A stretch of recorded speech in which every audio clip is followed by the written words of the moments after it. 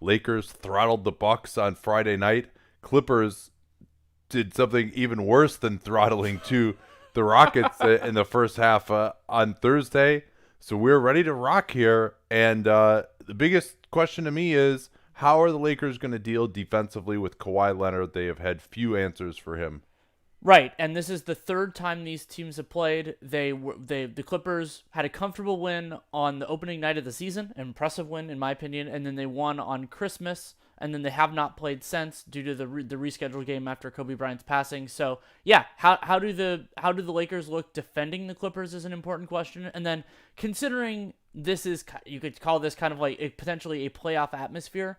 How does that affect the coaches' rotations? Frank Vogel, there's been the question of who does he play in key moments, but also just how does the rotation look? How much does he lean on Dwight and JaVale McGee versus trying Anthony Davis at center? Well, I also, maybe even a bigger question to me is, how is LeBron James going to play? He did not Yeah. play well against the Clippers. They were able to prevent him from penetrating, force him to shoot jump shots, which largely did not go in. He's been on a tear lately, outplayed Giannis Antetokounmpo on Friday, and so I'm very interested to see if he's able to get some more traction against the Clippers in this one. And this is an ostensible Clippers home game. Interested to, and we won't be able to hear the crowd because, you got to mute your TV if you want to watch with us, but that's okay. All right, so here we go. Ivica Zubac, who was outstanding against the Rockets, did not get played off the floor as many anticipated, but that won't be as much of an issue here as McGee wins the tip and James controls. He'll be guarded by Leonard to start here. Looks like they're going to screen away for Davis here. Now a screen for Danny Green. Pitch back to LeBron. Had space in the mid-range. Now he drives in, leaves it for McGee. Good defense by George and Zubac. McGee missed Green in the corner. Now Davis has to take a three, and they're going to get a 3-second violation here, I think. So not good for McGee. I thought LeBron actually had the shot. He dumped it off to McGee instead. An excellent recovery from the combination of Zubac and George. Clippers finally healthy again now. Patrick Beverley back from the groin issue that he had multiple absences for. Paul George back from the hamstring that he had multiple absences for. And this is AD on Kawhi. Yeah, that's very interesting with Danny Green guarding Paul George. Remember, opening night, Paul George was not playing, and so they could put Danny Green on Kawhi Leonard, but George scores over Green that time. Pick and roll, they'll switch this. This is what caused trouble for the Lakers early on. Marcus Morris came over, of course, from the Knicks. They're going to try and post AD on Kawhi. I don't see this as a huge advantage matchup, and Kawhi shows them why right there. Look at how little position Davis got on Kawhi after trying to back him down. Yeah. One of the things that teams look at a lot that's not a public metric is from when you catch the ball versus when you release the shot in a post-up, how much are you able to back down? Oh, that looks like a travel to me, that jump stop, but no call, no make from LeBron. Here's the push from Morris, leaves it for George, going to his right. Three is off, though. Good-looking shot, though, for the Clippers. LeBron throws it ahead. McGee. Oh, and he's almost put it in, got hit in the face. And I've said this before on the pod. I think LeBron might be having the best long-distance passing season of all time this year. And a part of his MVP case, whether that's for first or second place or whatever, is that the Lakers are a fundamentally different offensive team when he is on and off the floor, and a big part of that is in transition. They are a dangerous transition team, and then they are not when he's not on the floor, and even his minutes don't rigidly coincide with Davis's, and even from what I recall in the Davis non-LeBron minutes, there's nobody who does those hit-ahead passes. Yeah, I mean, he'll hit aheads to guys like McGee like that, hit aheads to guys posting up before the defense is set, especially AD. His chemistry with him is fantastic. I mean, Lebron, he just has eyes in the back of his head. Now I can fix the camera. What's wrong? It doesn't have the full thing. Oh, okay. LeBron, he knows that McGee was ahead of the field before he even received the pass. Here's Beverly, floats it up over McGee. That's found money for the Clippers. A Beverly pick and roll. Lakers did not want to overreact to him. They'll take that floater, though, most of the time. So there's that switch again, trying to get AD in the post against Kawhi. Kawhi just shoved him out of there. Didn't even have the ability to get position. Here's LeBron, one-hands it. AD's second three-pointer from the left wing, and that goes wanting as well. McGee tries for the save, but stepped out. Yeah, and I mean, you could argue that Marcus Morris, that the Clippers gave up a first-round pick, almost specifically for this series, if it happens that way in Western Conference playoffs. Yeah, I mean, the ability to switch that LeBron AD pick and roll is working extremely well so far. Here's George off of 2 screens. McGee steps out on him. Now he engages him, goes in, can't finish. Zubac's on the offensive glass. Now it's George. Great job by Zubac keeping that alive. George trying to post up. Bradley comes with the help. Way short is George. Zubac again, and he's done well on the offensive glass early. Yeah, and I won't belabor the point too much, though I will if these teams face off in a series. But the Lakers giving up Zubac in that trade, that was the least defensible trade of last year. Was them basically giving him away for Mike Muscala, and then now he's an important part of their biggest playoff rival in the Western Conference's success. Yeah, I mean, that's a fascinating thing to watch here. And I think Doc, especially with his performance against the Rockets, maybe getting a little more trust in Zubac. He was yanked pretty quickly against the Warriors and had some mistakes, but also I think there's a preconceived notion that he couldn't stay on the floor against them. And Doc, I thought he coached a really good series. I'm not saying Zubac should have been out there, but he certainly had a short leash against Golden State. Now just a straight post up for AD on Marcus Morris. They totally clear out the side. Now Zubac comes with the help, and Morris committed the foul. And he appeared to say something to AD. Maybe he was just celebrating with Beverly. Morris, bad foul there, though. Zubac had him completely contained if he just goes straight up here. Oh, no, actually, it was Zubac who got the foul. He jumped too early. I take it back. Yeah, and they gave the foul to Zubac, which was correct. Yeah, and I mean, that's, again, trusting your size. And I mean, when you've succeeded in getting over there, forcing that tough shot at a certain point, I mean, yeah, AD might get the shot up over you, but you don't want to give up the easy foul there when you did a good job containing the possession.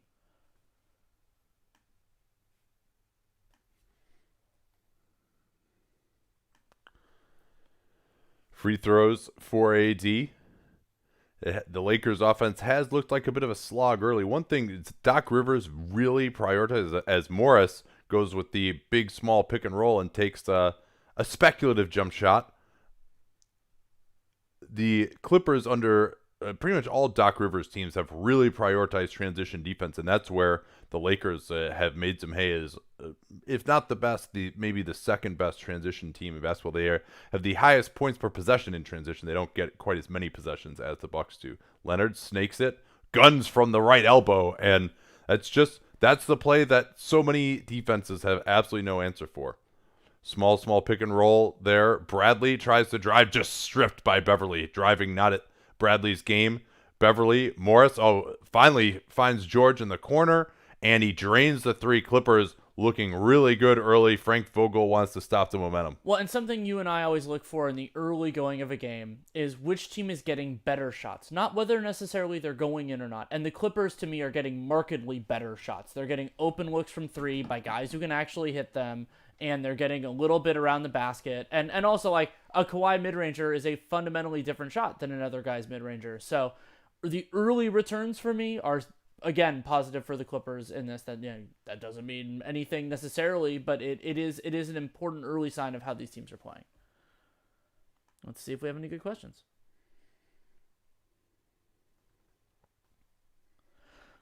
From Robert Jeffrey, the Lakers with AD and without LeBron have an offensive rating of 104.3 and a net rating of negative 3.7. Yeah, I think that speaks to a couple of different things. One of them is just the lack of suitability of replacements on the Lakers. We got into this a little bit in the MVP discussion on our awards pod with Giannis. It's that, like, players who are this good, especially who fill the role that LeBron does, they're hard to replace, and the Lakers' other creators are not exactly inspiring. And AD, I don't think he's enough to elevate that unit. As good as he is, it's just not the way his game works. So I'm trying to get the advanced stats to work here. Ben is covering the Pac-12 women's basketball tournament right now, so we are feel free to answer a question instead of me bumbling over the technology. From Casey White, would Kenny Atkinson be a good hire for the Bulls? I hadn't really thought about it. I'm sure we'll talk about Kenny Atkinson at some point, either in tonight's pod or the pod after, depending on structure. Yeah, I think so. One of the hallmarks of Atkinson's tenure in Brooklyn has been forcing opponents to shoot in the quote unquote right places, and he's done that scheme wise, even with imperfect personnel. I mean, the personnel in the Nets has changed so dramatically over the last couple of years.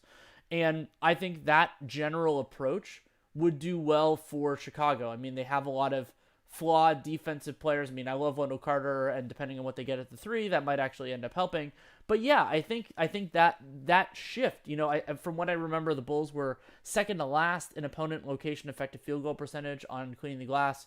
And so if they went from like second lowest to second best, that would be pretty impressive. That doesn't mean you're going to be the second best defense or anything like that, but the approach could be useful for them. Yeah.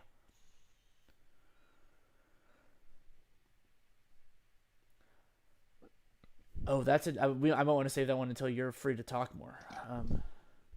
Because it also ties in. I was listening to Nate and John Hollinger's listening to their coach rankings, and it ties in with that for the question from Jonathan Goding. I'm going to try to remember that and ask him. How can the Kings avoid screwing up De'Aaron Fox? Get better talent around him. I mean, that's the biggest thing is, they need a defensive identity. I love Fox's defensive tools. I actually really like going back to the Hoop Summit and his time at Kentucky. But point guards aren't going to do that, other than very narrow circumstances. So getting a defensive center or a center who can at least help their defense, that's going to do a lot. And I think their offensive personnel isn't terrible now. They just need to kind of sort everything out. But if they can't stop anybody, and last year, they did better under Jaeger, but I also thought it was a little bit of fool's gold. If they can get better there, I think it'll make a world of difference. All right, fail on the advanced stats, but we'll just have to watch the basketball instead. We'll keep you updated on those as we go on here. And there's a miscommunication between Zubac and Morris that enabled AD to get open at the foul line, but he missed the jump shot. 0 for 3 on jump shots for AD, who's been actually one of the least effective jump shooters in the NBA overall. There's a steal, though, and he gets ahead of the field. No clear path foul, and AD with the nice, easy dunk. The Lakers really needed that one in transition. And so Lakers have had that McGee hit ahead. They had that play by AD. Haven't got much in the half court so far. Now Bradley just picks the pocket of Beverly, got him back for the earlier steal, and lays it in. Lakers 2 straight pick sixes, and now they're going to get a technical foul on Bradley. You know that Beverly clearly had something to say to Bradley after he stole it from him earlier, and I'm sure Bradley will let him know that he can do the same thing to him. Yeah, and something that I've wanted to see with the Clippers over the course of time is Patrick Beverly is the nominal, he's the smallest guy, nominal point guard. I don't think he's the guy I would trust to bring the ball up the floor necessarily, especially because a lot of wings aren't used to pressuring that much, whereas guards like Avery Bradley are. So maybe you just give the ball to Paul George and have him do those dribbles instead. Yeah, and for Bradley, if you on that technical, if you seek the guy out like this after it, yeah, see, when you move towards him like that, that's going to get you a technical, even if you don't even necessarily say anything when you do something like that physically. So Bradley going to try and get into him again, and Beverly just gives it up to Morris. They want to get it back to Beverly, and Bradley continues to hound him. They tried to run an elevated drawers for Kawhi. That got taken away by LeBron beautifully. They force it to the side, and then great defense again. Great Lakers defense these last 3 possessions. McGee able to get a hand on that pocket pass to Zubac, and they did everything perfectly. They took away the play to LeBron. They kept the pick and roll on the side, gave him no space, but then LeBron with the quick drive on Zubac. And the Lakers just did something there that I love, which is you kind of manufacture a semi-transition play out of but just by getting LeBron running downhill. It's something I've wanted the Lakers to do more with Ben Simmons. And it looks like when you looked at that, if you hadn't seen how it started, you would have thought, hey, that might be a semi-transition play. And instead, you get that. And I love the Lakers doing that. I love any team that does it. Yeah, I mean, Toronto is probably the foremost practitioner of that. We saw them in person, and it was amazing. I mean, every once in a while, the Warriors would score. I'd look down at my computer to tweet something before Toronto would get the ball up, and I'd look up and they'd be laying the ball in. Even after they probably did that 6 or 7 times against Golden State on Thursday night. LeBron hitting a couple of free throws. That's 2 on Zubac there, right? Yes, it is. Lakers continuing the full court pressure. Now, and this is good. They're not even getting into their offense here until 14 on the shot clock. George, pick and roll. Good help. Nothing advantage gained there. George trying to go one-on-one against Green. Gets down the lane. Nice pass to the corner to Morris. but he couldn't convert.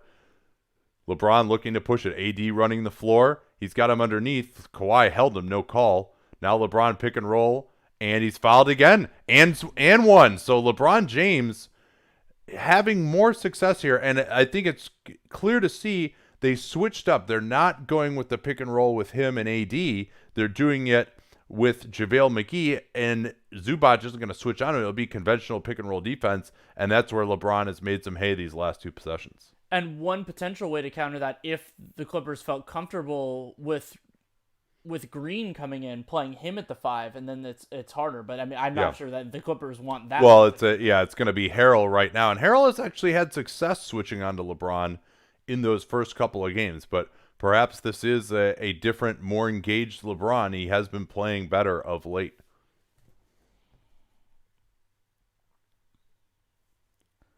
Leonard, pick and roll with Harrell. LeBron is on him. Goes through LeBron for the floater. Kawhi Leonard. I mean, that's really been the pattern of these games, that whenever the Lakers get some momentum, Kawhi reminds them that they don't have an answer for him. Bradley into the lane. Not a good shot. Doesn't drop. And Clippers will take that anytime. They're not that worried about an Avery Bradley handoff. George, pass. McGee gets him in the air. What a fake. Oh, beautiful patience there. And then that's the mover's advantage of an offensive player, is that you know when you want to fake, you know when you want to slow down, everything like that, and defenses have to react. And Paul George used that anticipation to get the advantage. He did clear out a little bit with his arm, but not enough that I would have called it a foul. Yeah, not a good foul there from McGee. And I think that's a second on him as well. It is. So then we'll probably see Dwight. Yeah. So the Lakers will get better now, probably. At least defensively, I think. I think McGee is the better offensive player than Howard. George completing the three-point play. This has been high-quality basketball so far. I'm enjoying it. There's that long pass to AD. Now he's guarded by Harrell as the Lakers. Actually, they went small here. Kuzma at the 4, AD at the 5. So the game has gotten smaller already. And then just a bad pass. Danny Green tried the patented Danny Green cut along the baseline. That's whenever I post up, I hate when guys would do that cut. But the guy who would do it usually couldn't shoot a corner 3 like Danny Green. But the pass went awry that time. Well, I don't think that was a very deceptive use of a behind-the-back pass for AD, and that made it harder to catch because it wasn't on the line. Leonard guarded by AD now. Good help from Green off the nail. Leonard has to take a tough 3. That was a bad shot. Really nothing penetrating the arc there for the Clippers. AD trying to post in transition. LeBron didn't see him. Now he sets the screen for Bradley. Bradley lobs it. Oh, what a sequence! You could see that developing, and Bradley started it off. LeBron, again, I mean, he just has eyes in the back of his head. He doesn't even have to concentrate on catching the ball. He knows exactly where he's going as soon as it hits his fingers. Here's Kuzma. Let's see how he holds up defensively here. He's had some problems in some of their higher profile games. George, good help from Bradley off of Morris, but that leaves him wide open and he can't convert. Morris has missed a couple of open 3s. Kuzma, guarded by Morris, doesn't really have an advantage matchup against this Clippers group. They want to get AD in the post against Harrell. This is one where I think AD can eat a little bit. Help coming from Morris. Kuzma is open up top for his 3 and is off. Clippers in transition. They've got 4-on-4. George fakes, pulls up, short. But Harrell keeps it alive and was Lakers are lucky. I thought he got that off of Kuzma, but yeah, so did he. And Paul George there, LeBron was a little bit behind the play, not because he was slow or anything, because he was involved in the action, and George used that recovery to create an open 3 by just faking it a little bit. Oh, and that pass, the pass from Bradley to LeBron was tipped, and he still caught it and did a touch pass. Oh, did it? Yeah. I mean, it didn't look entirely smooth. Yeah, Paul George hit it with his right hand. Not much, but enough to change the angle. Wow. Here's AD looking for Bradley off the screen. Bradley goes to the long 2. They've run that a number of times now with Avery Bradley coming out of the corner off of those pin downs into handoffs. And hasn't been too bad, shockingly enough. Lou Will and Rondo. Harrell, as KCP has come on, he denies Morris. They don't switch back, though. And what are they going to get here? A moving screen on Morris? Yeah, I think so. If so, that's his second. And Markieff Morris now will come on. The Twins arrived together today. It looks like they might have ruled that a turnover and not a foul. We'll have to keep an eye on it. Yeah, maybe it was like a carry or something. I didn't see what it was. Here's that same play again. Bradley, a little short this time. I don't think they can make a living off of those Avery Bradley long twos. Leonard now guarded by Rondo. This is a massive advantage matchup, and Harold recognizes and gets out of there. Bradley comes to help. Bradley more active as a help defender this season than in previous years. Morris tries to go at him one-on-one. A bad shot for Marcus Morris. He's 0 for 4. Yeah, and he didn't grind into a better shot there. He just kind of took a pull-up. Speaking of not grinding into a better shot and taking a pull-up, Lou Williams is in now. These teams just have so much quality depth. Williams floats it up. Harrell right there on the glass. Rondo, it was his job to sink inside of Harrell, and he did not do it. KCP, yet another mid-range pull-up for the Lakers, but it goes down. The Lakers did almost all of their damage against the Bucks inside the arc on Friday. I think they only had 6 3-pointers, but they got up 38 shots at the rim. Really the first team I've seen who's able to beat that Bucks defense. As there's Leonard again. He's just been impeccable on those mid-range jumpers early. Now Leonard and AD fighting hard for position. What a battle that is between those two guys. AD along the baseline. Bradley, quick release on the 3 is off. Wanted a foul, didn't get it. Didn't hit the rim. Here's Caldwell Pope trying to draw the foul. Cannot. And I think they probably said he went outside his shooting motion. Yeah, I mean, that even could have been an offense foul. And there's Bradley again, man. His pressure, I mean, that under most circumstances, that's a fast break for the Clippers. And instead, the Clippers are lucky to be inbounding it. So using, as the NBA's stats have it so far, the Lakers have taken 6 2-point jump shots, and they're 3 of 6 on those. The Clippers are 3 of 4, and I think 3 of those 4 were Kawhi. The other one was Marcus Morris. Hi from Sweden. Hey, good to see you. It's good. And I bet you're loving this game because it's actually at a time where you could be awake and watch it. The question we got asked was, oh yeah, this ties in with your coach rankings. If Kenny Atkinson were available to the Sixers, do you think he would be an upgrade on Brett Brown? No, I don't believe so. I was actually Bodner and I were talking about that a little bit last night, and thinking we didn't agree with that. No, I don't think he would be. I mean, Atkinson to me, player development, and then also a defensive system that can kind of stanch the bleeding a little bit. Yeah. Like, ironically, I think he would be pretty good for the Hawks. Yeah. Not that I necessarily think they need to move on from Lloyd Pierce, but a team that just doesn't have that much defensive Like, that's talent. why the Bulls are a good fit. Yeah, although I don't think they have that many problems defensively. I mean, Levine, Markkanen, Yeah. Kobe White if he's the starting one. I think they have. You might be right about it. I mean, the Bulls do not force shots from the right spots defensively, but they also, I mean, the only thing that's kept them, I'll put it this way, I mean, they're average in defense this year, and I think that's what Atkinson's system gets you to in kind of a different way. I mean, both of those are his system and Boylan's are both going to ultimately fail against some of the best teams that really have the high-end talent. Sure. But on a night-to-night basis, you at least have something you can hang your hat on.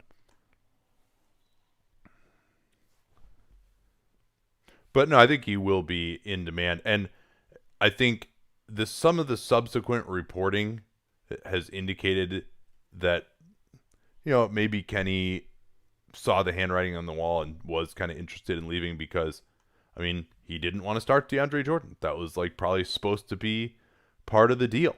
And he knew that Jared Allen is better, and it's not good for the culture of your team to just start the veteran just because he's the guy that you paid money to and he's friends with the stars. But hey, Jacques Vaughn, a big surprise. He's starting DeAndre Jordan on the first game that he's the coach. And that could be, it could also be a canary in the coal mine of the idea that how much control does the coach have over his rotation. And it is always a collaborative thing between a coach and a general manager. But if the general manager is either or the players are just directly doing it, then that can become a larger problem in terms of the overall sustainability of the ecosystem. Getting some shout outs from Jans14. I guess if you're from Berlin, am I saying it right there? And hello from Slovenia as well. Yeah, these we would do a few more of ththese afternoon games here to get a chance for some of our European followers to watch it. Detlef. Wow, this is really German theme here. How homogenized the NBA has become in terms of style of play. How many teams right now stand out as playing a particularly distinctive brand of basketball? I know Kirk Goldsberry's been pushing this whole homogenization thing. The death of the post up and blah blah. I will take the variety of styles of play from now and just the overall much higher amounts of movement and pace than, going back to 80s or certainly 90s basketball when it was so much isolation play, so much post up, so much illegal defense, put three guys above the 3-point line so you can't double team as easily. Like so much, I think there's more diversity and beyond that, like sometimes that gets broken down because of shot locations, but how you get to those shots can be really different. Like the Rockets are a great example of that. Like, yeah, they take a bunch of threes and very few twos, but they do it differently than a lot of other teams. I agree. So now Harrell against Kuzma. I don't like this matchup for Kuzma, and that's why. and Kuzma, just the physical strength, the toughness. I mean, Harrell is just a beast. Like, he beast centers. And Kuzma, the fundamentals are not good enough defensively, right? He's actually in okay position. He thinks he had his arms straight up, but he didn't. And when the contact takes place, your arms are forward. It's going to be a foul every time. Well, and Kuzma, you think about the idea of what you put on the table and what you take off the table. When, they don't really need his shot creation when LeBron is on the floor. They have a lot of other ways to do that, most notably LeBron James. And then defensively, he doesn't really have a place against the best of the best either. So that's why I've been so critical of them keeping him when LeBron is on your team and theoretically the window is short.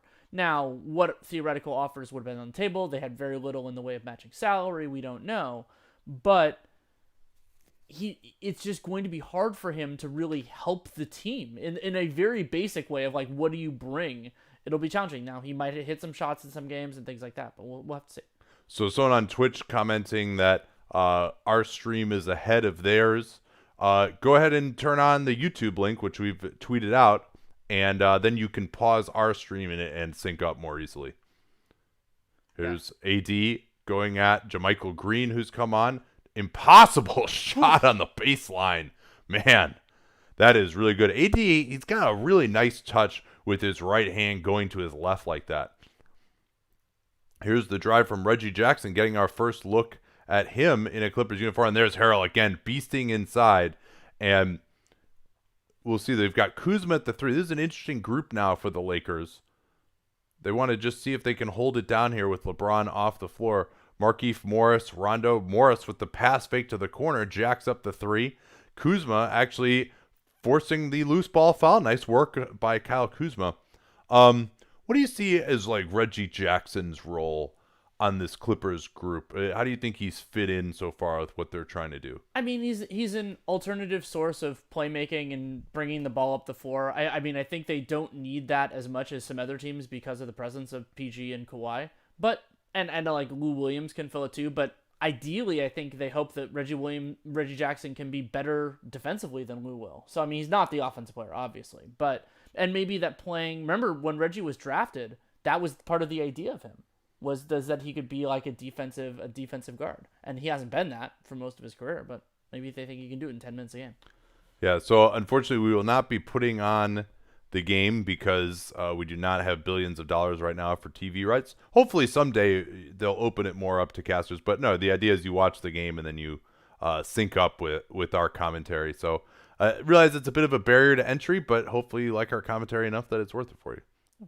Here's Harrell against Morris. Much better physical matchup for him. Goes at him, and then Markieff Morris does stop him.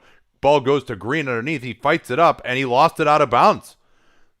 The intensity defensively for both teams has been impressive so far. Rondo, KCP. Oh, nice pass under LeBron. Great look, and LeBron couldn't convert, though. Just trying to get a shot up inside is difficult for both teams right now. Shamet, he'll drive into the lane, tries to finish the left. He's stopped was that Kuzma who got him from behind? Kuzma's made a couple of plays. Yeah, I think that was Kuzma. Here's a drive from Rondo, goes right at Reggie Jackson. Rondo not a good finisher, though, and couldn't convert. Clippers will slow it down here. Lou Williams, ever aware of the 2-for-1. Will run the time down. He'll probably start going here with about 37 seconds or so. Wants the screen from Shamet to engage Kuzma. Lou likes his matchup now.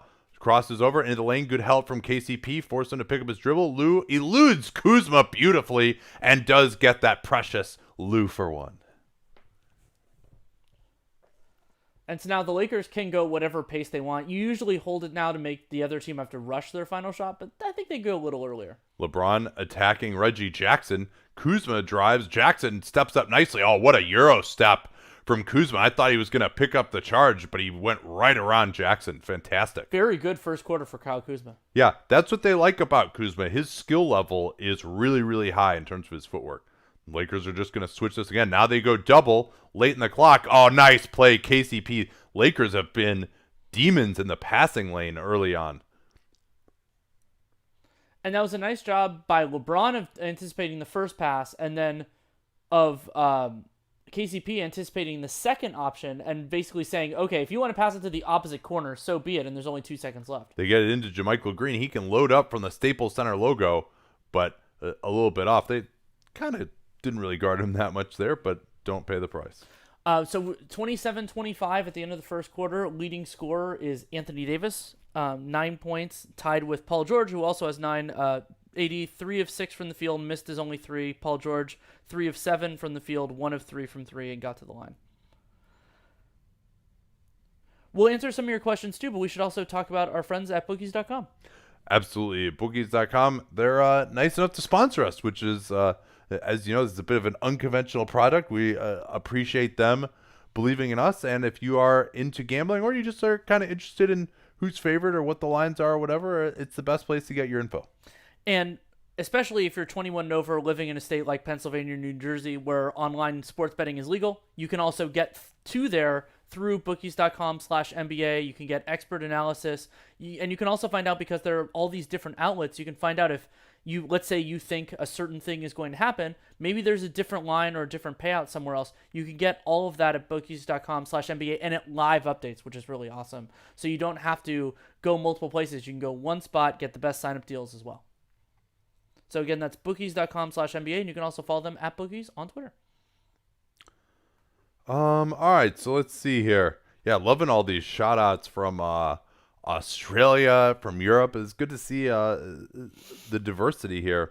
Jovan Buha and others have talked about that Landry Shamet can be the man out in the playoff rotation because Reggie Jackson is playing well. What do I think about that? Yeah, it's interesting. I think Reggie Jackson makes more sense when they go to the all-bench groups. Are they going to be able to continue to do that? We saw Doc Rivers, back in the day, he would get criticized for those all-bench units when it was Chris Paul and Blake Griffin. So, and they would hemorrhage points at times. We'll see. I mean, they just got a much better bench now than those Clippers teams did because Rock Divers is no longer the GM. Yeah. But yeah, I think it's Reggie to me makes more sense playing with Lou Williams. But if you're going to go with Paul George or Kawhi, then having Shamet out there makes more sense to space the floor, which Reggie doesn't do all that well. And, defensively, Reggie has better tools. I think his lateral movement is really compromised at this point. So I like Shamet better as a defender, particularly on guys who move a lot. But there aren't that many of those guys in the West playoffs. That's true.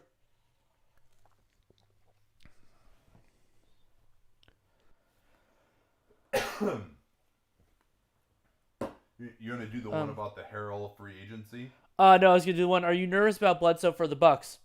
Yes.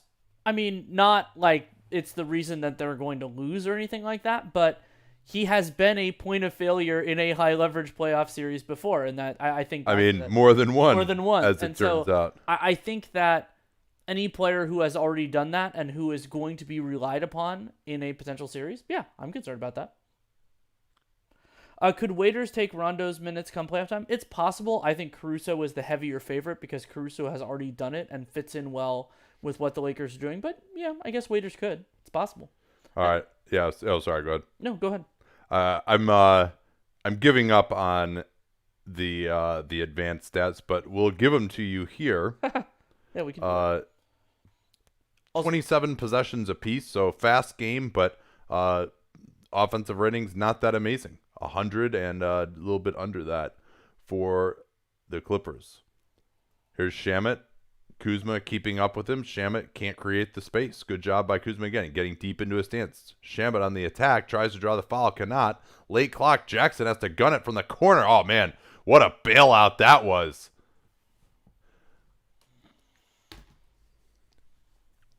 Great defense by the Lakers. Again, Kuzma has had some moments here. Now let's see what happens when he has to guard Paul George and Kawhi Leonard, but the Lakers doing well to get stuff out of him with those guys out the floor. Here's LeBron's first three. That misses. Jackson looks to push in transition.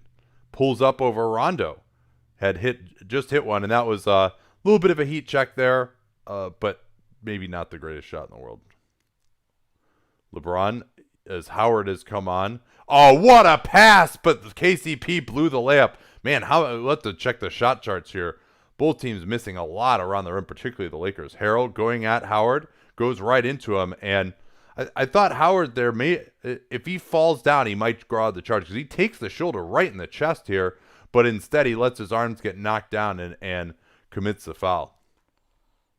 Yeah, if you give Harrell that kind of a runway to attack, even someone with the credential of Dwight Howard, he can be pretty effective, especially with the floor spread out. Oh, great! My shot chart just went up. That's all right. What was that one? This is NBA.com. Oh, is it just the normal box score? I saw there was like the hardwood thing. Oh, that's if you change from shot plot to shot zone. Oh yeah, okay. Yeah. Oh yeah. So Lakers 5 of 8 at the rim. Clippers 4 of 10 early on here, and neither team has had the touch from above the break 3-point shooting. Lakers 0 for 4, Clippers 0 for 6. Harrell cashes a couple of free throws. Actually, just one, I think. So it's Rondo and LeBron together. Howard gives it to LeBron. They go under on LeBron. They're going to let him shoot that three until he makes some, and that time he did. Especially going to his left, he's a little bit more comfortable. Well, and especially when this Clippers group doesn't have a lot of guys to defend LeBron. Like, this is a pretty aggressive decision by Doc to just not have their best defenders on the floor. Yeah.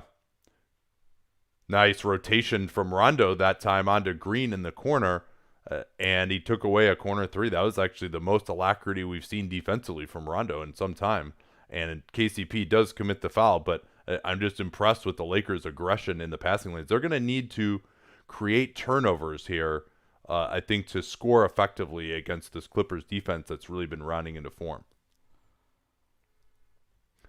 LeBron matched up against Reggie Jackson, switches on to Lou Williams. Oh, what a move by Lou, but he blows the layup. Howard affected him. Kuzma looking to push it, gets the transition screen. Rondo was wide open. Lou Williams just helped off a Rondo, and Kuzma didn't throw it to him. Now they'll go with the pick and roll. LeBron and Rondo, they switch it. LeBron at the nail. Oh, nice play by George. Took it away, and now JaMychal Green will dunk it easily. And again, just playing off of Rondo's lack of comfort shooting and creating a turnover off it. Yeah, Paul George was right there in the passing lane. They go under on Rondo. He'll step back for the left wing three. Missed it badly. Howard on the offensive glass. He gets stripped, though. How many times have they gotten stripped underneath? Jackson attacking LeBron. Oh, it's chased down and rejected.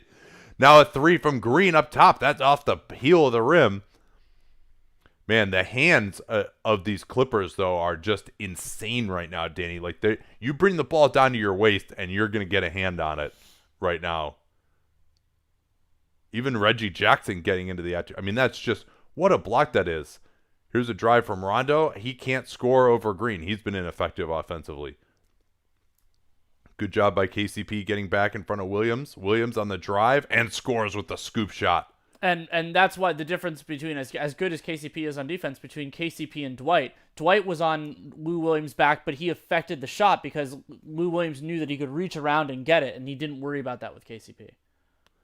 Yeah, and Lou, they're always worried about him going left. He's done a good job diversifying his game these last couple of years to throw in just enough to the right that you can't overplay that left nearly as much as you used to be able to.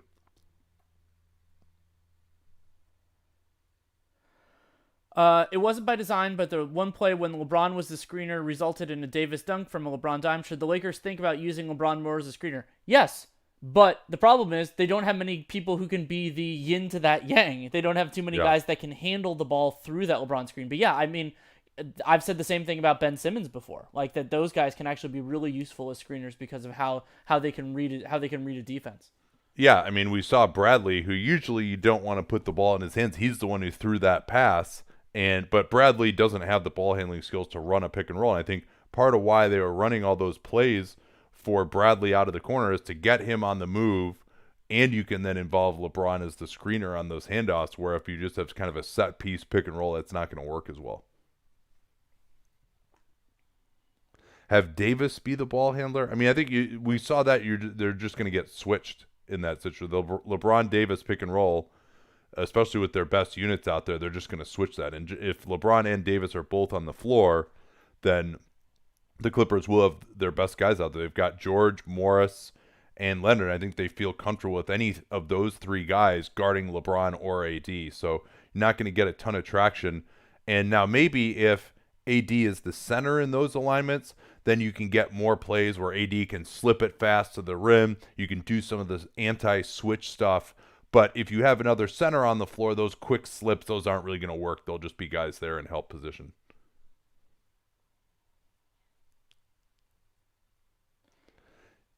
We have a commenter who loves DeAndre Jordan. Not as much as KD and Kyrie, though. I can tell you that. Especially considering more Kyrie, because of the structure of things, sacrificed actual money for him to join the Nets.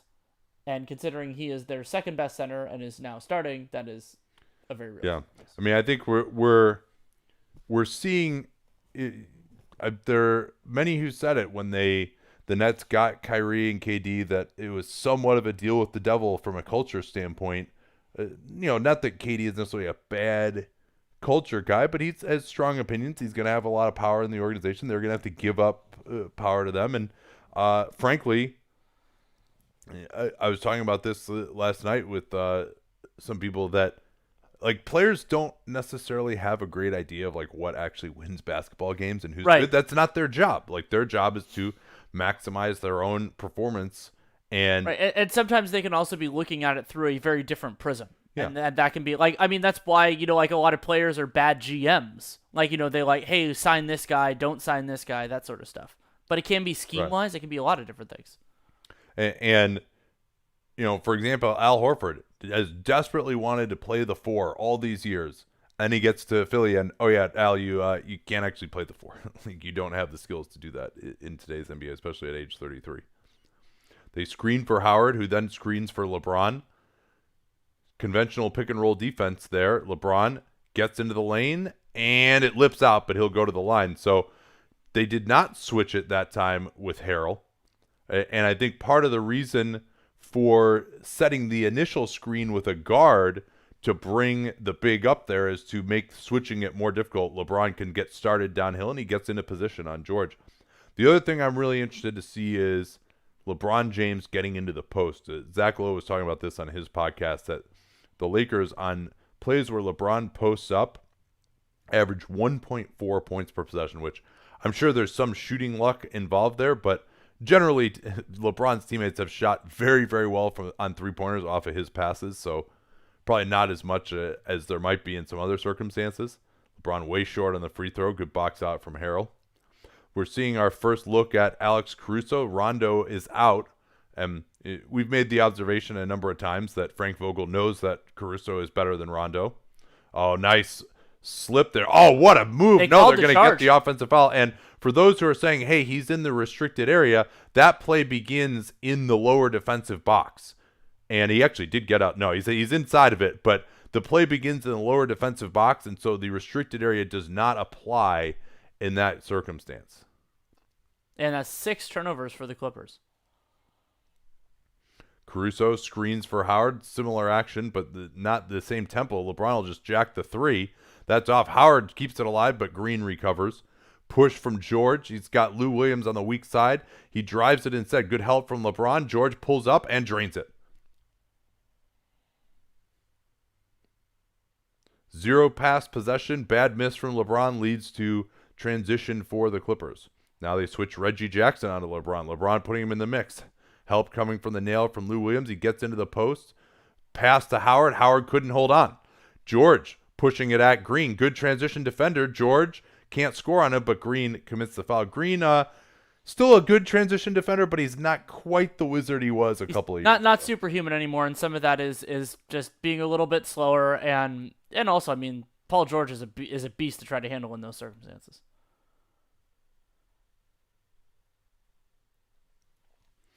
Yeah, George has been outstanding today. A quick score update from the two other games going on. The Jacques Vaughn led Nets are up 9 on the Bulls early in the third quarter, and the Pelicans are up 4 on the Timberwolves early in the second.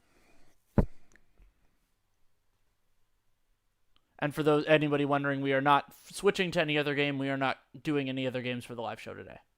But you can listen to our thoughts. We're doing a 15 and 60 on the Western Conference, including these two wonderful basketball teams. That will be tonight/tomorrow morning, depending on how you listen to Dunked On.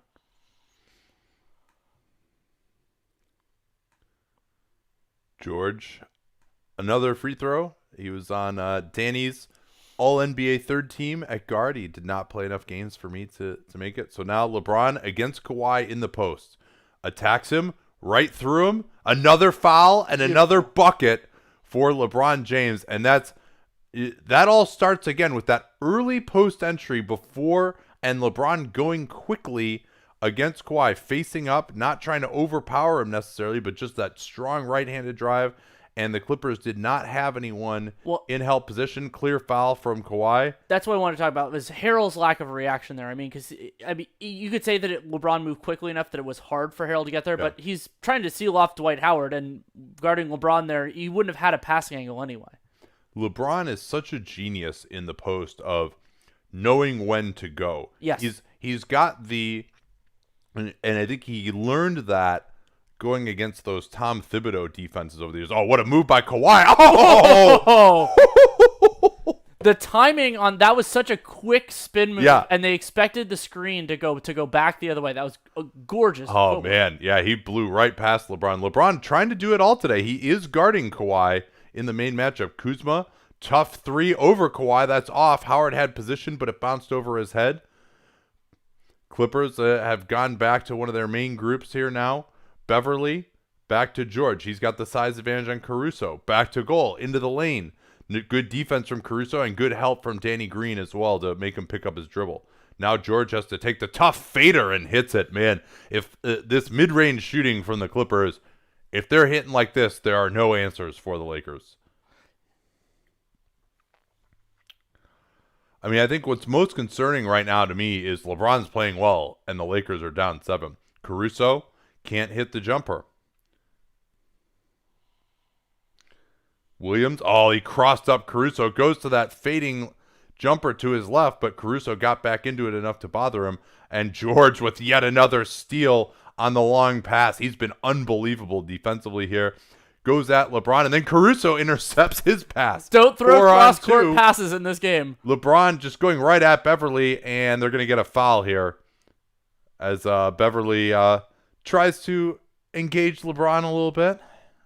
Lance Stevenson-esque there. Just not quite tall enough to blow in his ear. And I mean, I brought it up in passing of don't throw cross-court passes in this game. But, I mean, we have a lot of players that are looking for those passes because they're taking away the closer options.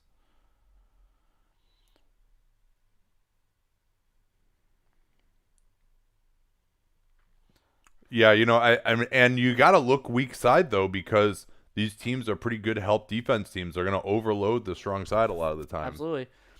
And the Rockets deserve praise for the physical strength. They have a lot of guys that play above their height due to their strength. Another way you could do that is just having big dudes that can play like the Clippers, like Paul George and Kawhi Leonard. They're just so hard to move defensively, and then you think about how that helps them offensively too, because then they can get to their spots. I mean, Kawhi is maybe the single best guy in the league at that. Clippers return to their starting group.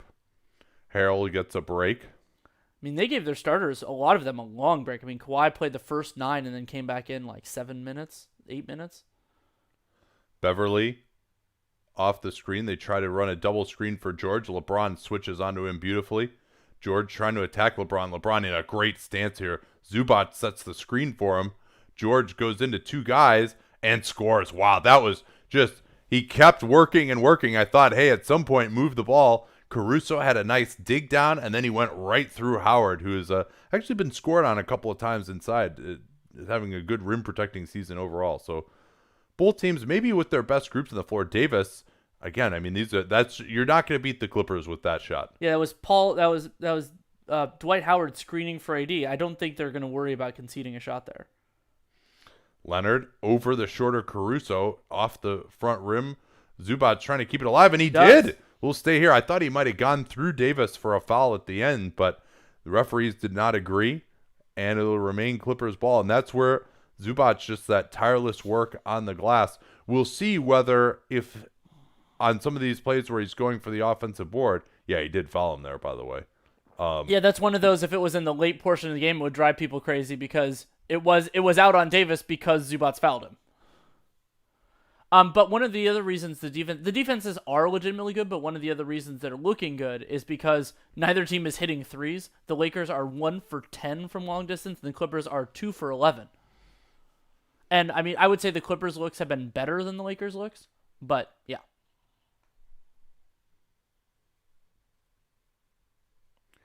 Yeah, we can catch you up a little bit on the shot charts. Clippers, 8 of 16 at the rim, 5 of 8 from mid-range. That's been very impressive. But the above-the-break threes, teams have combined 1 out of 17 up there. And advanced stats-wise, you, of course, can just go check them out yourself. rthoops.net, our buddy Min Huang put that site together. Live advanced stats based on actual possession counts. Neither team shooting it particularly well. Offensive ratings, 43 points on 42 possessions for the Clippers, 102.4.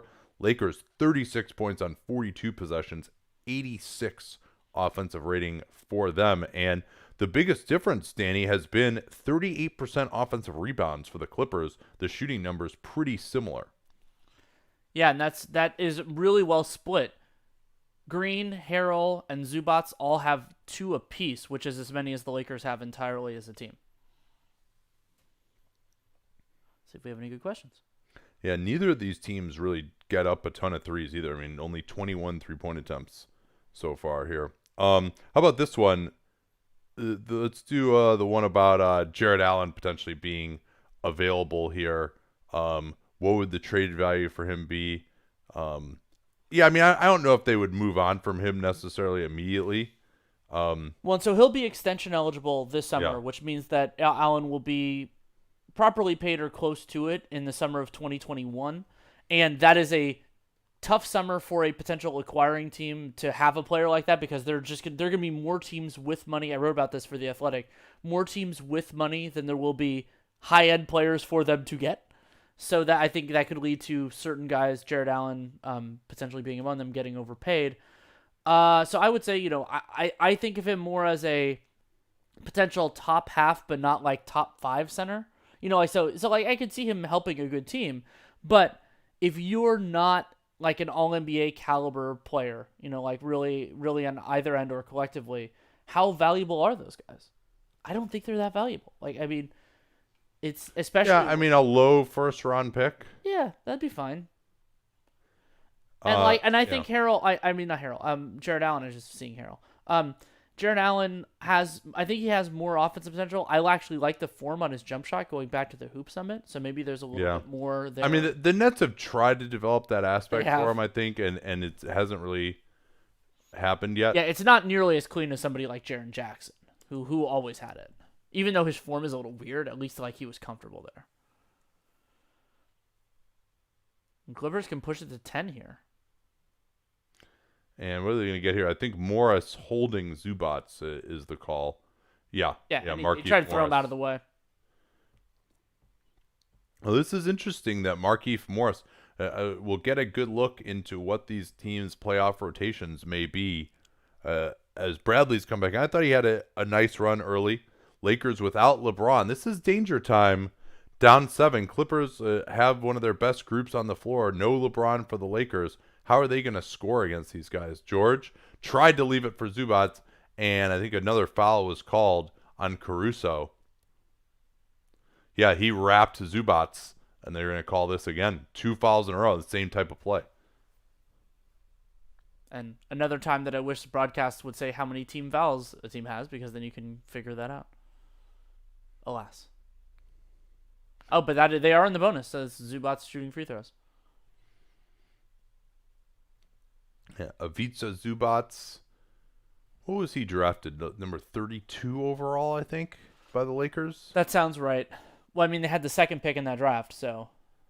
2016? Yeah. It's signed a 3-year deal. Yeah, he and Ante Zizic were both the same draft. Zizic was thought to be the better prospect at the time, put up better numbers. Zubac struggled with injuries when he was a prospect, but it really came on, and I think his slow feet can be a problem at times, but he's able to survive against a lot of teams. He's improved there. That's where he's not going to be at his best, though, is in an ISO against Davis. So we'll see how long Doc wants to stick with him here. I like the plan for the Lakers of with LeBron out, you go with AD at center to juice the offense and the spacing a little bit. George guarded by Caruso. This is another one of those plays where there's just so much of an advantage as Kawhi just goes right through Danny Green. I mean, just look at these matchups right now. This is Caruso guarding PG, massive size disadvantage there, and Danny Green is probably their best option against Kawhi other than LeBron, and Kawhi is too quick for him, too strong for him. I mean, look at that rip through. That's just beautiful footwork. That's what Kawhi has worked on. That game is what started to make him so good in San Antonio. And Greg Popovich started running a bunch of ISOs for him, and it got away from what had made the Spurs really good during that period with all the ball movement. But he saw the potential in Leonard, frankly, a lot sooner than I did, as a guy who could be a real high level of scorer. Yeah, and also Leonard's passing has improved so much over the last couple of years, which was probably going to be the next stage if he had stayed on the Spurs, but it's blossomed other places. They want to get AD the early post up here on Duas. He needs to turn and face here. That's where the quickness advantage is. Help coming over from Beverly. Oh, man, Bradley was wide open. AD didn't see him. He's still wide open. Now he finally gets it to him, and they got a hand on it again. Again, you see the limitations of Bradley as a playmaker. Kawhi tried to pull up. Great hustle back by Danny Green to cut in front of Zubac for the rebound. Yeah, that was a 4-on-3, and Kawhi was that almost another tip? Yep. Morris trying to load up. Oh, man, the rotations are coming fast. And this defense, Kawhi Leonard runs Markieff Morris off the line, and he thinks he's got a drive, and Paul George just apparates in front of him. He goes around George, and then George knocks it away from him. And these two guys are playing at a really high level defensively right now. 9-point game. Clippers looking to push it to double digits. Zubac was open backdoor. George didn't see him due to the ball pressure. Now he's trying to attack Caruso. This isn't where I think George has the advantage. Now it's Morris going at Caruso. Caruso holds up well, but Beverly backdoor. What a block from AD and a shot clock violation. Or no, did they call the goaltend there? No. Beverly's shot hit the side of the backboard. Oh, and just went out of bounds? Yeah. Okay. Yeah. So it wasn't the block, though it would have been. Oh, yeah. I was like, I thought he just he just sent it back. It's like he blocked himself. That was a great block by their gray teammate. Yeah. Probably a better idea to throw it off the side of the backboard than just get blocked by AD. Here's Bradley. Quick release. Nice pass from Caruso. Lakers have had Bradley open on a couple of possessions. Finally, they got it to him. George, this is where I like him better against Caruso. Baseline, good help from AD. Morris, slow release over his brother. He's struggled from the outside. Now Markieff running the lane, but Danny Green not really in position to attack off the dribble. Jacks the three, gets his own rebound, and they want to try and get AD in the post here. Green looks to enter it. Now he'll clear out. AD, now he's going to turn and face. That's better. Steps him off. Jumper is good. And Zubac, you got to make him drive in that situation. Trust the help. This is an unbelievable shooting group for the Lakers. Kawhi crossing up AD, goes into him. What patience, and another foul on AD. Kawhi Leonard, it's amazing. He just plays with such pace. He knows that he can go through guys, and then even if he's at a standstill flat under the basket, he just knows that he can use his strength, get a shot up with those long arms, the little hook shot. And it's not a problem yet, but Anthony Davis has 2 fouls, both of which occurred guarding Kawhi Leonard in the last few minutes.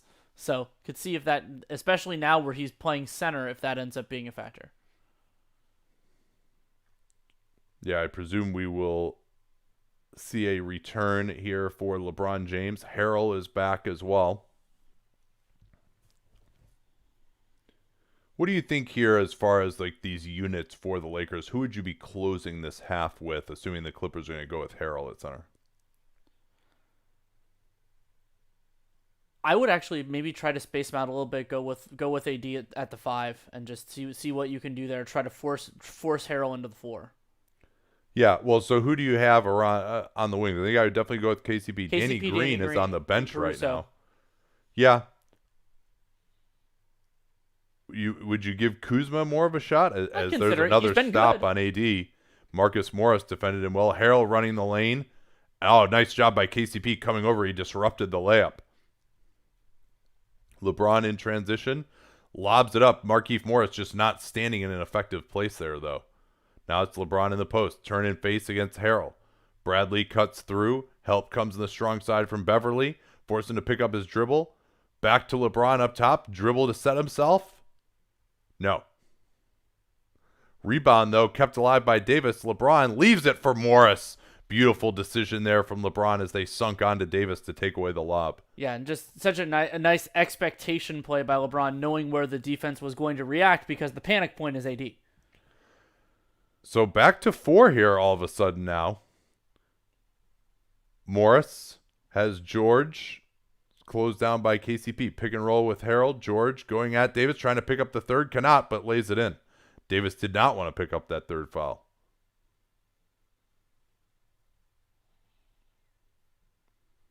Six-point game with 1:15 left. They do switch that AD LeBron pick and roll. LeBron trying to put Morris in the midst. I don't think this ISO is great offense. He goes at Morris, gets help. AD in the corner. Good close from Beverly. AD tries to go through him, and he'll pick up the foul. Beverly did not agree with the call. And Beverly's trying to claim verticality, but I don't think you get verticality when you're moving to your side. Well, and he had his arm in AD's arms. Shooting pocket, and then he lifts it up after AD went through his arm.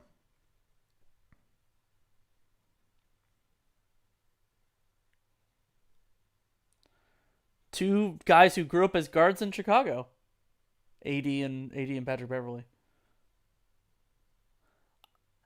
I don't remember. I know I've heard how tall Anthony Davis was when he was like a freshman, sophomore in high school. Was it like 6'5"?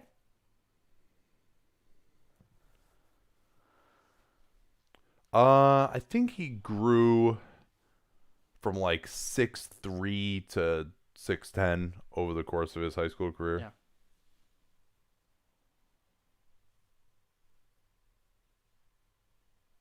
Yeah, and seeing Frank Vogel go to Markieff Morris in these kinds of minutes early on is notable, considering this is his first time in this series. Yeah, over Kyle Kuzma, over Danny Green. Here's Leonard attacking Bradley. 11 on the clock, goes back to goal. Help has to come here. It does. That's the right pass. Underneath, Harrell with the dunk. Beautiful sequence from the Clippers. Kawhi saw the man in the corner. AD got out there. And Bradley and Morris could not get over quickly enough on Harrell. They're going to try to quick shoot this. LeBron going right through everyone. And he does. And I mean, that's where he's the best. Just that strong drive. When he starts to go into the mix, when he's starting from a stop, he's not as effective. So Lou Williams, he wants to get the 2-for-1 here as well. Just goes right into the lane, floats it up, misses. Harrell can't get the rebound. They did get the 2-for-1 though. LeBron looking to push it at Harrell. Spin move left to right. Good job. No, they're going to call the offensive foul here on James. Yeah, Harrell was in position to me, and good knowledge there by Harrell. Yeah, that's a good call. I like that call. LeBron loves to do the left to right spin move. And yeah, he also elbowed him in the throat too. Yeah, that's a good call. So Clippers will presumably run the time down here. Yeah, and this will actually probably square it up more with what I think teams should do. Go a little earlier at the end of non-fourth quarters because the other team can't advance the ball with the timeout. So just shoot a little earlier. LeBron matched up with Kawhi. They want to switch Bradley on. LeBron calls out the switch. Kawhi, patient. Help comes from LeBron. Good job there. But Williams is open. Bradley switches onto him. Williams misses. They've got time here. McGee, though, too slow with the pass, and they won't get anything. At that point, you might as well just throw it ahead, even if there's a possibility it's going to get intercepted. Yeah, because the chance of your expected value is actually higher because the other team can't do anything. So it is a 53-49 halftime score in favor of the LA Clippers. Leading scorer for them and the whole game is Paul George. 19 points, 7-12 from the field, 1 for 3 from 3, 4-4 from the free throw line. Also has 3 steals. He's been a monster defensively in this game, as have many of the Clippers. Leading scorer for the Lakers, LeBron James, 16 points, 4 of 9 from the field, 1 of 4 from 3, 7 of 8 from the line, 3 assists, 2 turnovers. Yeah, AD actually, after some of those post-ups didn't go that well early on, does have 15 points on 5 of 10. So Davis and LeBron, I think, are playing well enough to win here. But the big problem for the Lakers has been the three-point shooting, a mere 2 out of 14. The Clippers, an identical 2 out of 14 themselves. But I think that the Clippers have more ability to score in varied ways than the Lakers do. I would agree with that. So time to talk about our friends at Bookies.com before we take your questions here. And Bookies.com does a great job of getting you the best possible information for your betting pleasure. They also write columns using the stuff that we say with a gambling lens on it. Maybe we should try to actually partner with them for some of our over-under stuff next year, actually. But that'd be good. That's the one time we actually like really do some betting focused stuff. And Mark Stratman, who is one of their experts, they currently have 2 with him and Adam Thompson. Stratman picked the Clippers over the Lakers. It was a 2.5 point spread, and with the Clippers currently ahead by 4, that's looking pretty good. I would say that the margin has been fair, if not more in the Clippers' favor so far. Yeah, I'd agree with that. So yes, you can get information. So that's information in terms of advice. It can also be information in terms of the best place to place your wager. So you can get all of that at bookies.com/NBA. And something that I love is that it live updates. So you can do all that, and you can follow them at Bookies on Twitter. And that will include, like, when they put together some stuff with our analysis, that will be there. So following them on Twitter, a good idea.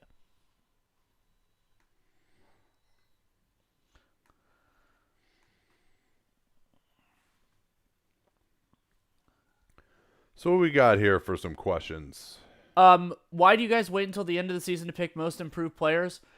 A big reason why is that it is an incredibly hard thing to research, because a lot of it is comparisons over previous years, and it's like a mix of stats and everything else, and because it takes time to think about, and it's not because you're not just how good is this player now, it's how good is this player versus how they were before. So I think that it would take so much time. And we have so much other work to do in those pods. And it's not like the most important thing, and we often disagree from the voters anyway. So it's like Well, my biggest reason is just like it's too hard to measure a true improvement over like a couple of months. Right, and it could be there could be shooting samples, massive shooting luck. So I mean, my probably my favorite right now, just off the top of my head, would be Brandon Ingram. But after a month or two, to just say he's improved as opposed to just he's shooting it a lot better, that's really difficult to say. Like, you don't necessarily have enough of a sample. So that's why I like to really be able to just lock in on it at the end, and also just to not have any anchoring with that as well, because you could be anchored by just some unsustainable shooting performances. So that's hard to research, but the bigger reason for me is it's just I need more data to really have a good opinion on like real improvement as opposed to performance being better. Those are two different things.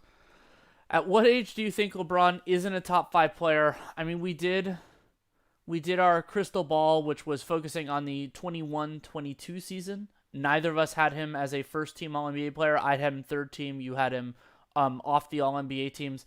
I think, God, it feels so weird betting against it. My guess is it'll be that year. I think he'll be a top 5 player next year because, I mean, he is right now.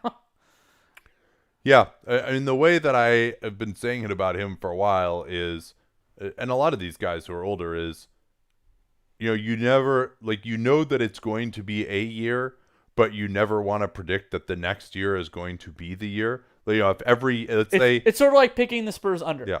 Yeah, every year for the next 4 years, he has a 25% chance of that being the big drop-off year.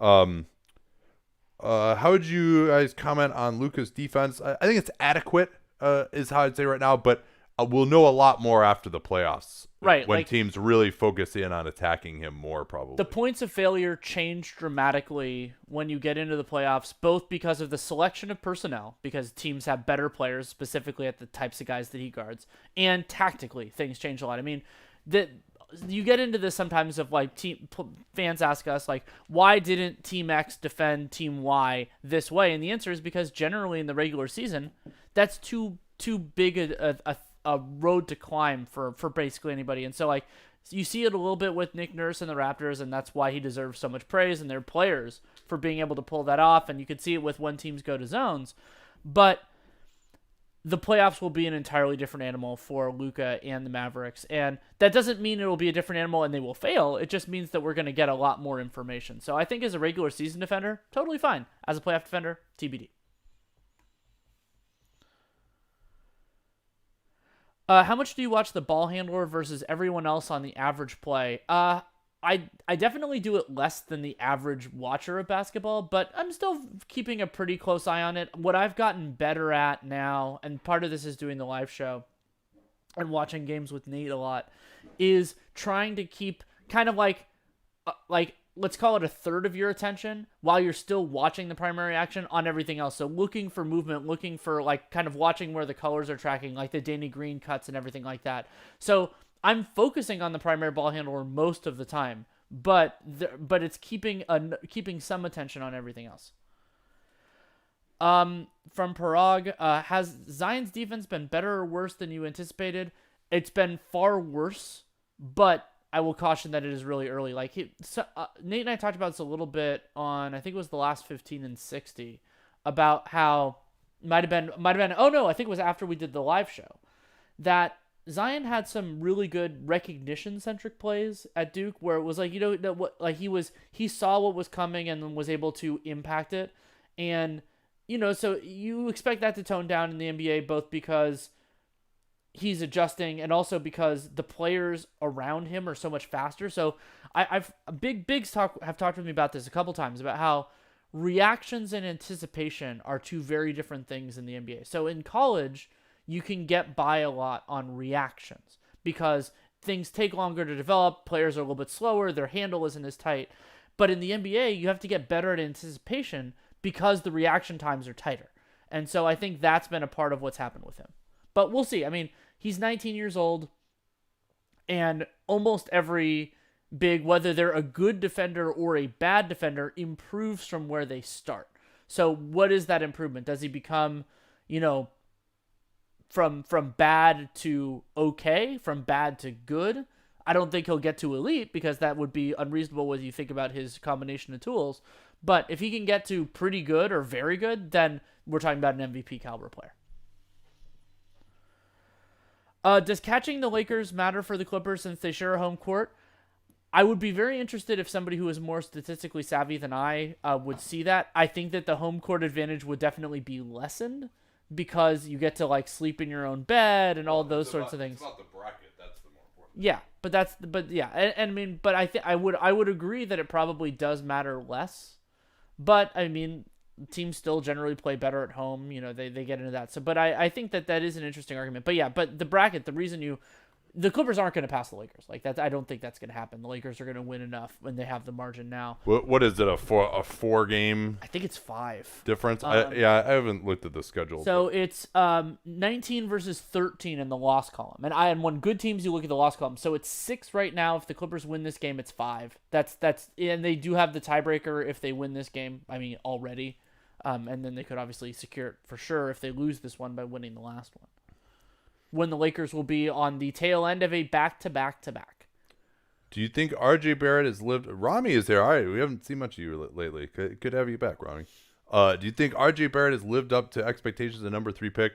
My expectations, or everyone else's. Now, I mean, when you throw in the fact that he is just really going to struggle with the lack of spacing that they have, that they just weren't putting him in a position to succeed, then I mean, this I would say he's probably at about like the 30th percentile of outcomes that I predicted for him. But I mean, I foresaw many of these issues coming. So, oh hey, here's a fix the charge injury for Giannis, by the way. Yeah, that's true. Avery Bradley decides to fall down, and Giannis trips over him after he dunks it. Now he's gonna miss some games. Here's one from Garth. Do you think Zion's gravity sucking the defense towards the rim, even when he doesn't have the ball, can be similar to Steph's off-ball gravity? Yeah, a little bit. I mean, it's different when it's drawing it towards the basket because you don't want attention. Like, the beauty of Steph is that it's drawing attention away from where everybody wants to go. Whereas with Zion, it's getting a little bit closer. But there is still value to it. You can, like, especially if you have a pull-up jump shooter, there are a lot of things you can do with it. And if Zion's game gets a little bit broader, then that can help too. Absolutely. And I think, like, now the other thing is Zion, even, it's hard to even leave him on the perimeter at this point in time, because if you throw it to him, even if he's 20 feet from the basket, if there's no one in front of him and he gets a running start, like, you're dead. And he gets on top of the rim so fast, or he can make a cut. So, yeah, I mean, I think it's not quite the same because, you know, Steph is so far away from the basket, whereas, like, okay, yeah, gravity towards the rim, that's in theory where you're trying to prevent people anyway. Sorry, I just repeated what you said, so we can move on to another question. Somebody asked, how much does March basketball matter? My answer is it depends. Seth Partnow and I actually did a good part of our conversation about this on Real GM Radio, and what he talked about was you have to sometimes use a smaller sample when a smaller sample is all you have. So for teams that change their roster, like let's say at the trade deadline they added somebody important like the Clippers with Marcus Morris, or somebody got hurt, then March matters a lot because that's all we have to work from. But if the whole year is somewhat representative, then you want to look at the whole year. So Bill Spiros from bookies.com just emailed me the halftime line. Clippers 4-point favorites and minus 196 on the money line at PointsBet. Lakers plus 150, over under now 212 and a half. That's what they call a teaser in the industry. A quick read for bookies.com. Follow them at bookies. What else do we got here? Should we lock back in on the game, talk about the second half a little bit? Yeah, we can do that. So the 3-point shooting obviously is going to be massive. Both teams shooting 14% from 3. Marcus Morris has had some looks. He's 0 for 4. It's interesting to me. Leonard, 12 points, but he's only had 7 field goal attempts. George has 12 field goal attempts, which makes some sense to me because George has the easier matchup. He's been guarded by a guard-sized player most of the time. And then down the stretch for the Lakers offense, if this is close, what are they going to be running? Are they going to be getting these LeBron post-ups? I mean, to me, that's their best possible offense is LeBron in the post, but that takes a lot of work, and someone has to actually enter the ball to him. They don't have many other guards. And that changes who's going to be on the floor, because if you want to run LeBron post-ups, then AD is going to be at the 5, LeBron's at the 4. You would think so. And just because I know I'm going to look it up later, it had been a point of focus for the early part of the season. Lakers' clutch offensive rating right now is up to a 105.7. That's actually meaningfully better than it was earlier in the year. And they have a 99 defensive rating. So that means that even though their offense hasn't been great in those minutes, they're still plus 6.7 net rating, 18-8 in close games. By comparison, the Clippers have the league's 4th strongest offense in those minutes, a 118.3 offense rating, but a 116.4 defensive rating. So that's why they're closer to 500. Robin Jeffrey asks do you have a specific Twitter list that I look at for basketball? Yeah. So the list of people that I look at where I try to read every tweet from them and read every article from them is my essential basketball list on Twitter. You can follow that and you're basically be getting all the basketball news that I get. And then obviously during like peak news times, I've got the NBA newsbreakers list, which is just about 13 people. So an easy way to avoid the old fake accounts there. We'll do a quick one from Pordankus. Thank you very much for subscribing with Twitch Prime. That is something you can do by connecting. Best way to do it is through your Amazon Prime, and then you get a subscription that way. It's a good way to support us. What potential first round series, are you most looking forward to?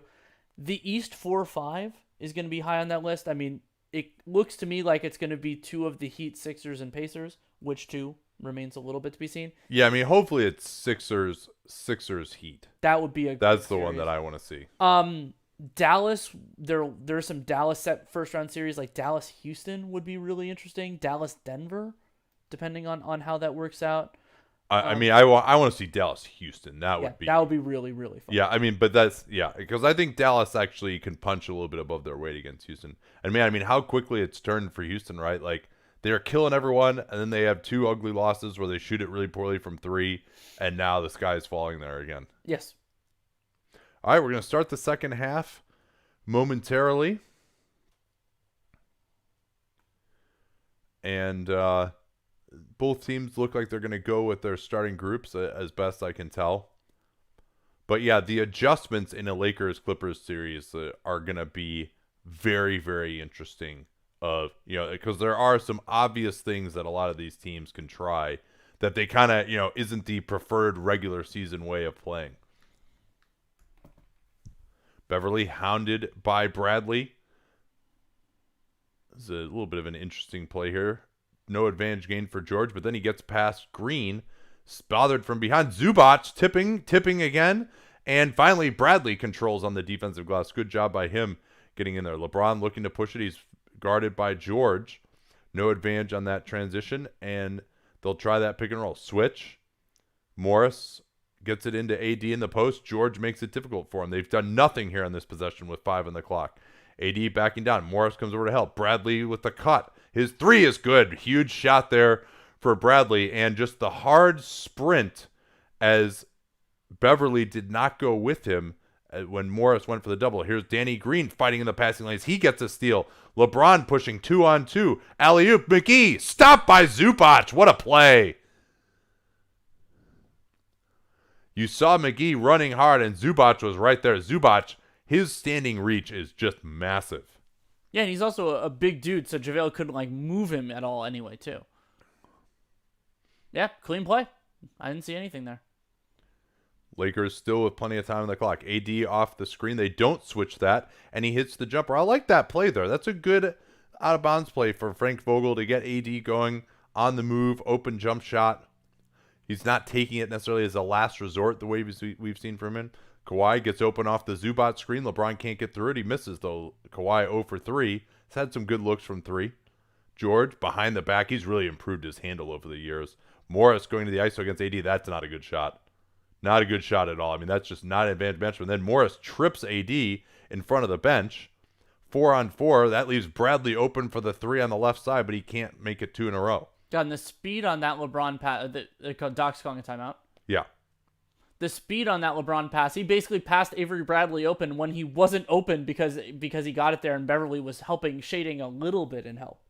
Yeah, Doc, something to say to Patrick Beverly here. I didn't see exactly what it might have been. And so I think this will be even more telling than I thought it was going to be with Frank Vogel and Rajon Rondo, because this is an important game. It's a statement and all that type of stuff, as much as any regular season game that probably won't affect seeding can be. But Rondo was awful in the first half. Caruso was significantly better. Alex Caruso played 7 minutes. So he can play, he can get all of those minutes. He can get as many as he can eat. Will Frank Vogel play his best player, or will he play Rondo? Yeah, and in the regular season, he's been, not wanting to rock the boat. Rondo comes in with 7 minutes left. He's usually out there when LeBron isn't. There's a theory to that of having a good pick and roll player and organizer when LeBron is out of the game. And then he'll come in with Caruso with, 9 minutes left in the second or something. A lot of times Caruso will close out the half. Robin asked if it would be okay to post the links to Nate's Twitter lists. Yeah. They're public. They're public. So yeah. I don't make anything public that I don't want people posting. So catch you up on scores around the league. 82-70. New Orleans up with 8:05 left in the third at Minnesota. Zion, 18 points on 7 of 11. Drew Holiday, 22 points on 9 of 13 in that game.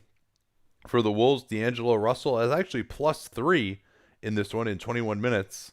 Malik Beasley and Josh Okogie both -25 and -23. Good Lord. So, and then Bulls and Brooklyn, 84-76 Brooklyn in starting off the Jacques Vaughn era. They also now are starting Wilson Chandler. They've moved he started Prince to the bench. Yeah, that happened in their ass kicking of the San Antonio Spurs on Friday. Yeah. A game which I somehow watched the entire first half of, despite it getting totally out of control. There, Karis LeVert, 17 points, 5 and 9 from the field, 4 or 5 from 3. DeAndre, 6 and 12 as a starter. He has played 22 minutes, and Jared Allen has played 17 so far. And we might actually get crunch time there. It's 8-point margin right now, so we can see what Jacques Vaughn values in crunch time. Marcus Morris taking some horrible shots. Yeah, I mean, that was a little bit of the danger of him coming over. You're probably going to live with 2 or 3 of those a game from him overall. But yeah, like him thinking that he's got the advantage against AD in an ISO, that's just absolutely wrong. We had a request to up our grouch level to match Mark and Jeff. Did that do it there?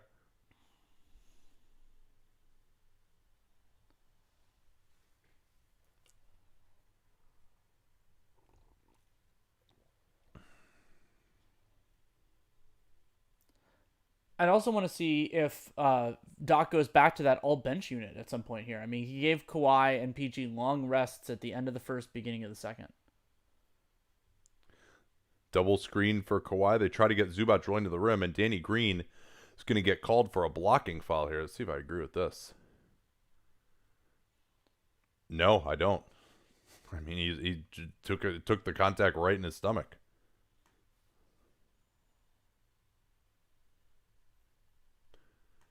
They swing it to Leonard. That's a nice pass, actually, for Marcus Morris. And then Zubac is right there on the offensive glass. McGee did not box out.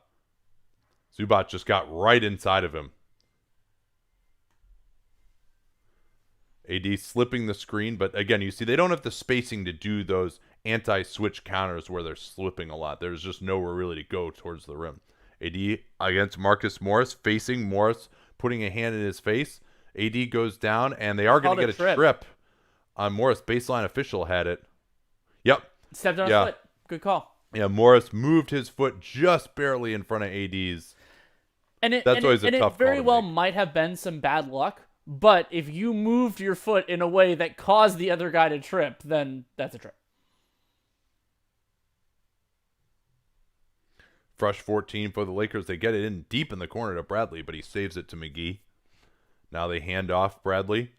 Leonard denying James up top. Pick and roll Bradley and McGee into the lane. That's a clear foul on Zubac. They can count this? Oh, no, it rims out anyway. But great pass there from Bradley. I mean, anytime that you can run a pick and roll between two guys who aren't your main guys and get something out of it, just make the defense respect that. That can really help.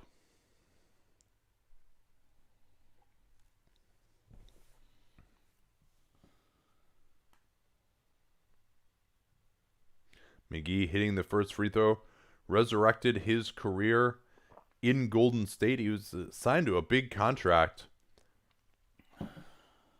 and with the Nuggets,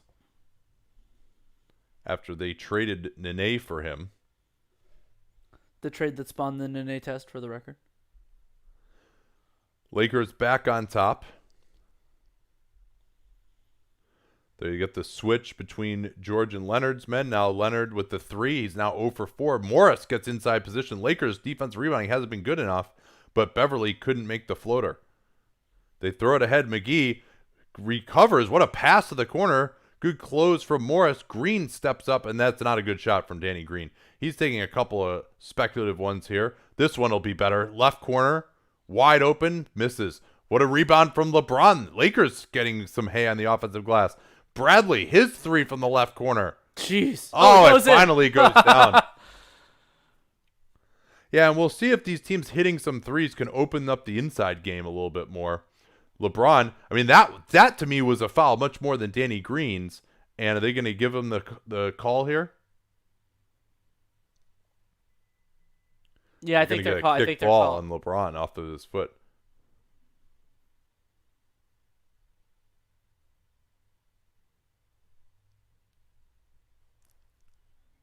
Yeah, and Avery Bradley, 3 of 6 from 3 so far in this game. Yeah, his pressure has been important. Leonard keep blowing past James again. That's got to be a charge, right? He was Yeah. out of control. Yeah. I mean, he didn't have a good enough grip on the ball, and pretty clear offensive foul. Yeah, you can. The reason he charged is because had to keep going to catch up to the ball, which had squirted free.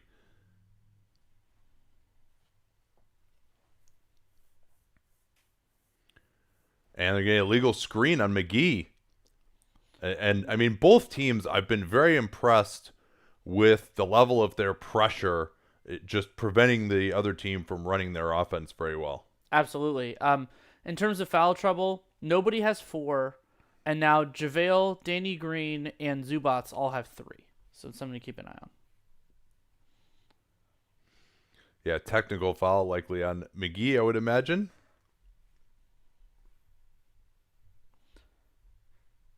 And the free throw disparity pretty even in this one. 17 and 19 for the Lakers, 14 and 17 for the Clippers. I do not know if that includes the Paul George tech free throw. Oh, I think the tech was Danny Green throwing the ball to the ref when he wasn't looking.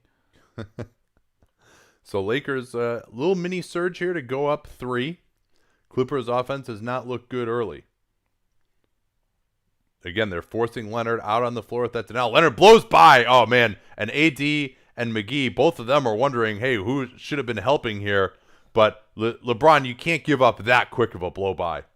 Leonard, he is looking really spry with this first step. There's the lead for McGee. Leonard gets a hand in. McGee, what a move underneath. He recovered and then did that backwards dunk over his head. That was fantastic.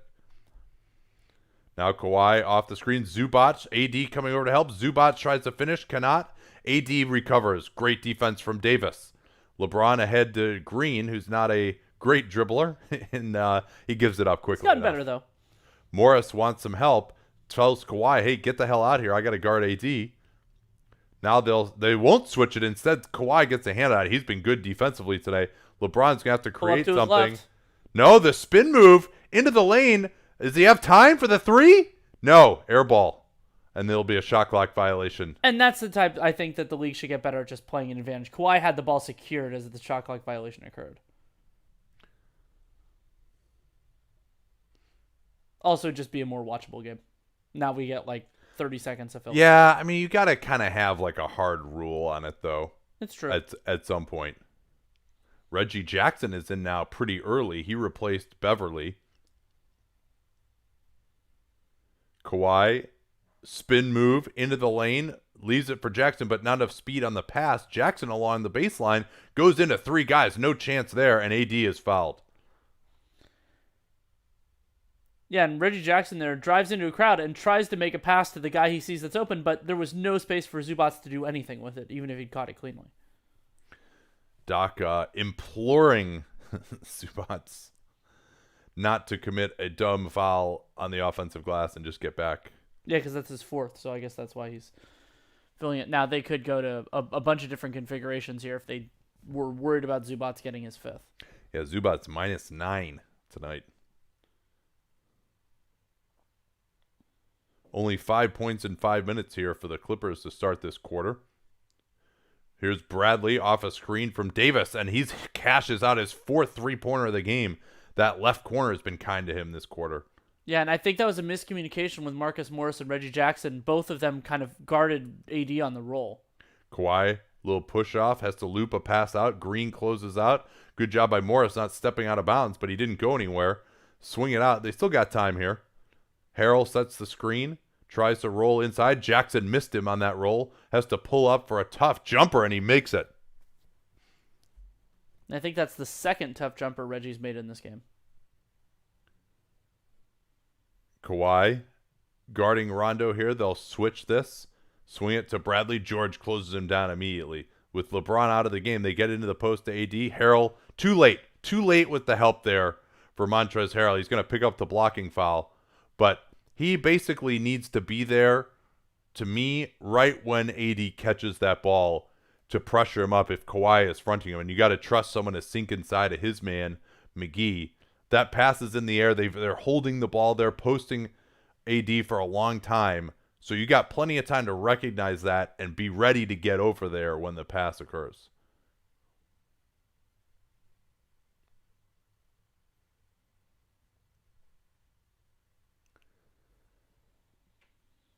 Lakers now 3 out of 6 from 3 in this quarter after that brutal 2 of 14 in the first half.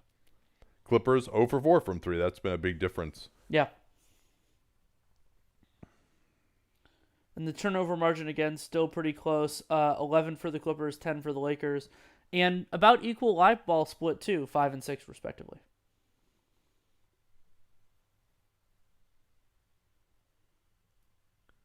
And so right now, preliminarily, the Lakers are holding on in these non-LeBron minutes. It's extremely important. Yeah, Lou Williams is in. So it's George and Leonard, and then the 3 bench guys. George with the quick 3. He hadn't gotten a look yet this quarter, and that's why the Lakers have been trying to deny him. He hits the first 3-pointer of the half for the Clippers, coming off that wide pin down. Bradley is just wide open. He's going to walk into a 3, but George contested him late. Williams, he's got George in the corner. Great job there by Lou Williams. He attacked, and Frank Vogel's got to get a timeout here. He saw that the Lakers were just a little scrambled, and he knew if he dribbled up hard, he wasn't going to get all the way to the rim, but he forced George's man, Bradley, to come and help, and that left George wide open. It's just really good recognition, noticing the scrambled Laker defense. They didn't communicate well. Yeah, it's the parallel to the player in a 2-on-1 making the defender commit and then making the pass. He used the leverage he had to create an open look for somebody else. Beautiful play.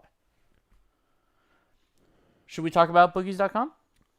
We should always talk about them. So how's that halftime line looking right now?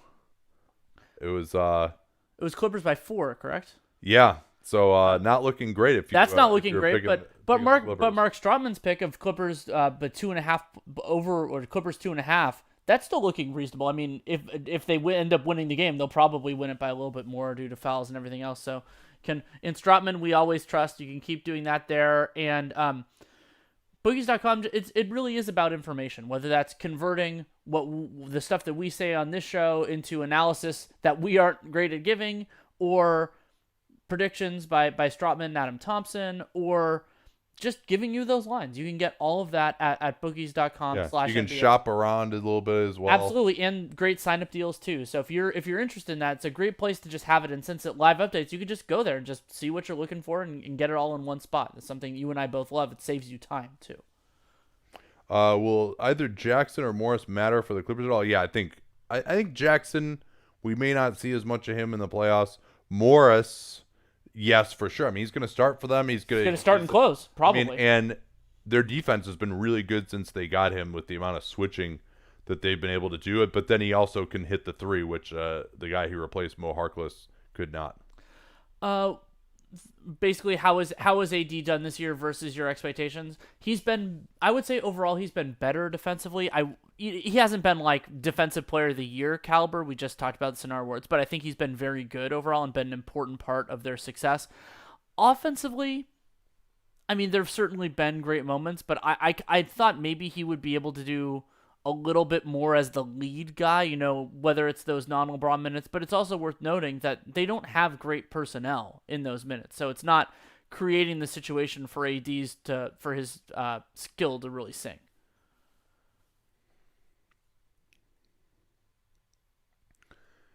Shot chart's interesting here. Neither team getting much traction around the rim, but Clippers getting a lot more shots there, 12 of 24.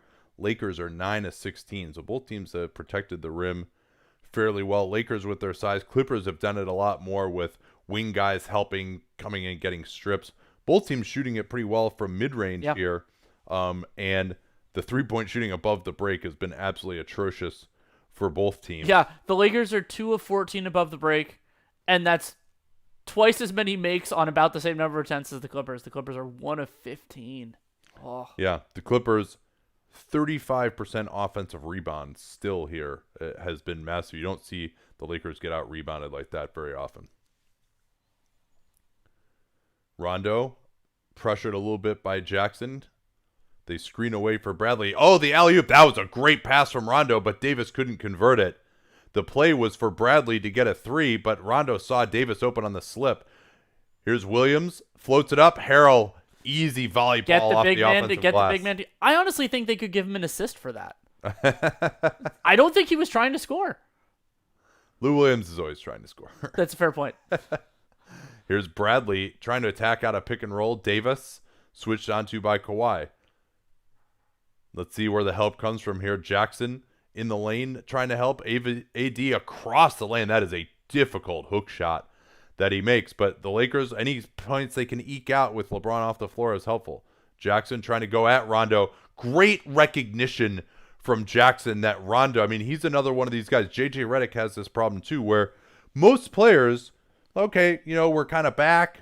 We don't really have an advantage. Reggie Jackson isn't really like a one-on-one player, but Rondo is just so physically weak at this point that you can go right through him in that way. And so to see that there wasn't a big behind him, Jackson, great recognition to just go right through him. Yeah, and just creating a three-point play out of basically thin air.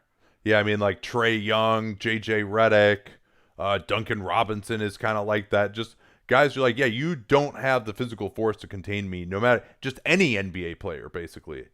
Now Rondo with his own push to set up Bradley for three, and that is atrocious defense from the Clippers. I mean, Reggie Jackson, what was he doing?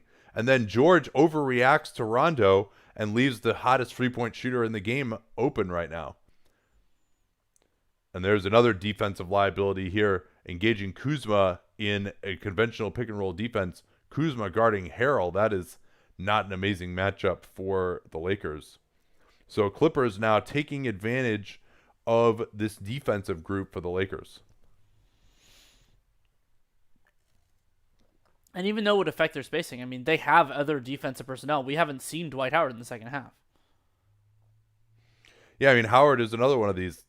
Might be their best option at center. Doesn't play ever until the second quarter. Yeah. As we see that as Alex Caruso is on the screen.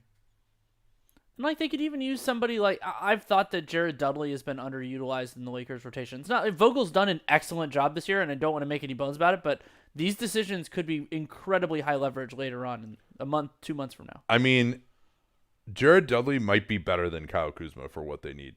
Here's a three from KCP. Good drive by Rondo. And again, they overreact to Rondo. 3 guys at one point were guarding Rondo. And that he wants to set up that assist, make him finish at the rim, which he hasn't done successfully tonight. Kuzma switching on to Lou Williams. And Harrell wanted to post up. He's still got the matchup. Instead, George going at Davis. Pump fake. Draws a foul. Davis came down with his arms. He did not like the call. Davis's third foul, all of which came guarding perimeter stars. The 2 on Kawhi and then this one, Paul George. Yeah, he hasn't been as effective as a switch guy.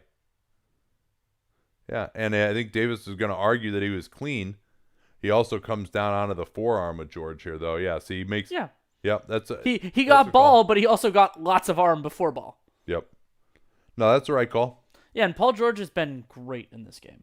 More in the first half than the second half, but... He was phenomenal. Well, I mean, he saved them. Those 2 threes in a row. That's true. When it was looking like the Lakers were on their way to building a lead. I almost said they had the momentum. That was I had to stop myself. They were gaining traction. Also, worth noting, we have about 4 minutes left in this third quarter. Both teams shooting free throws, even on non-shooting fouls. So we could see a little bit of a swing here. Long rest for LeBron, too. Rondo pick and roll. That time he goes down the lane, and he scores it over Harrell. He followed my advice, and Rondo made it. Wasn't exactly the cleanest make in the world. But Rondo has turned it from that first half. He's had some nice plays here. Here's Jackson blowing right past him. AD races it. He'll push it now. He's got Harrell behind him. Finds Bradley. Good pass fake by Bradley. He'll drive underneath Kuzma. Goes up with the reverse and scores. And nice job by Kuzma there, establishing position, getting an angle for that layup under the rim, moving Harrell. Yeah, Bradley, not the most natural passer in the world, but he got it done. So now it's Leonard who's come back. He'll pull the three. Leonard has not had the touch. I think he's 0 of 5 from 3 now. 0 for 6. Oh, yeah. Rondo wants the screen from AD. They go under on him. AD's three-pointer stepping back is good. Lakers lead it again by 6. The three-point shooting again has powered them to a 10-point advantage here in this third quarter. George, a little bit too deep for that three, putting KCP in the mix. Goes through Leonard, another three, not shy. That time he hit it. And now Kawhi becomes the second Clippers starter to make a 3 in this game. Yeah, Kuzma was on him. He helped out against George at the nail, and George made him pay. Rondo forced baseline, lost his dribble. AD with the cut, drives and scores, and Harrell with a bad foul from behind to compound the damage. Yeah, that's just not good enough from Harrell. That wasn't even that hard of a cut from AD.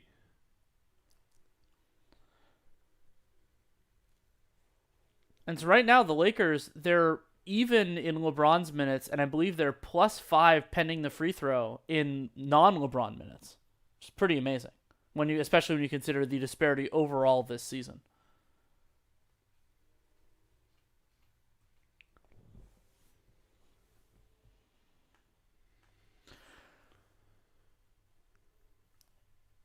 Davis with one more free throw to give the Lakers a 6-point lead. Actually, just one free throw because it was an and one. Landry Shamet getting his first minutes. Yeah, he really just has not figured tonight at all. No. Yeah, this is only his second action. He played 4 minutes in the first half. Lou tried to leave it for Harrell, but Bradley sunk inside of him beautifully. Rondo finding Bradley. They don't get much advantage out of that transition. Now they'll go into the pick and roll. Williams is guarding Rondo. Hand fighting with AD. They'll just leave it for AD. His three is off. Nice job by Jackson tracking back for the rebound. George looks to push it. He's got Harrell. Nice pass. And Harrell dunk it easily. Great job by Harrell. He contested AD's three. Whenever you see a big guy contest a three-pointer up top, watch for that quick post up on the other end. Rondo attacking Jackson. Left hand finish. Cheeky from Rondo. Jackson right back, 3-on-2. Kuzma wondering where the hell everyone is. Drive by Shamet, and somehow they didn't get anything of that. Oh, actually, they did track Shamet. Oh, yeah, Shamet, he was wide first open. shot, he was wide open. LeBron waiting at the table. Wonder if this will be his last rest of the game. Pick and roll again, Rondo and AD. Into the lane, late switch, floater. Miss from Rondo, he tracks back for his rebound. Underneath, he tried to find AD, but the pass went awry. And so this last 50 seconds of the quarter, Clippers probably are going to try to do 2 possessions for 1 for the Lakers. And so, I mean, probably going to rely on Lou Williams here. Oh, really? Odds are. And interesting to see like Avery Bradley and a couple of the other Lakers defenders come out when in what is a 2-for-1 situation. And Kuzma's still. Yeah, it probably would have made sense. Would have made sense to take Rondo out here, take Kuzma out, bring Caruso in, and now Kuzma's going to have to guard Lou Williams. Rondo helping way off of Beverly in the corner. Nice passing sequence, and Harrell. Wow, he missed the dunk, but it will be a foul called late. I hate those calls, but I understand why refs do it. If the shot goes in, I'm just not going to call it. So that's number 4 on Anthony Davis. And remember, that creation happened because the Lakers were freaked out about a mismatch that they didn't have to have on the floor.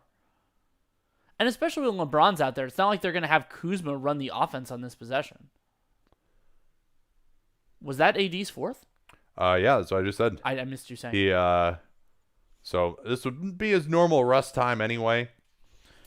But it's yeah, I mean, it's you're more right. if he gets an early 5th. You made a great point. The offense-defense substitution not happening, and they get a really nice look out of that.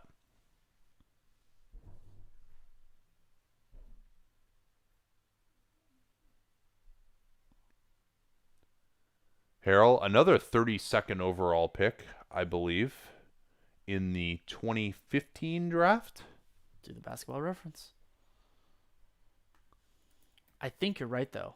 Yeah, signed a 3-year deal as the second round pick. Yep. Then restricted free agency, returned to the Clippers on a 2-year, $12 million pact that expires after this season. He'll be a sought-after free agent, one would think. Oh, hey, Theragun. Theragun being used on Avery Bradley. Theragun.com/PER, I think, is our code for Hollinger and Duncan for them. That thing is pretty awesome, actually. All right, here we go. LeBron engaging Shamet in pick and roll. No advantage gain the first time. They'll screen again. LeBron attacks. Kuzma wide open for a three. Harrell left him. Could not cash it in. Beverly has time here. He'll push it ahead to Shamet. Underneath, Harrell has the size advantage. He's hacked by KCP, and he'll shoot more free throws with 3.3 remaining in the quarter. So unless, that's a pretty decent swing here for the Clippers. They were down, and then it was going to be a 2-for-1. They get 2 free throws. Then the Lakers miss a 3. I mean, it was a clean look by a guy who could make them. But then, yeah. and then now Harrell gets 2 more free throws. Yeah, Lakers have been wanting a little bit in transition defense this quarter. And Harrell missing a few free throws that could have made this a little bit closer. Yeah, he's 3 for 7 now in the game. But we did get a good look at his mouthpiece.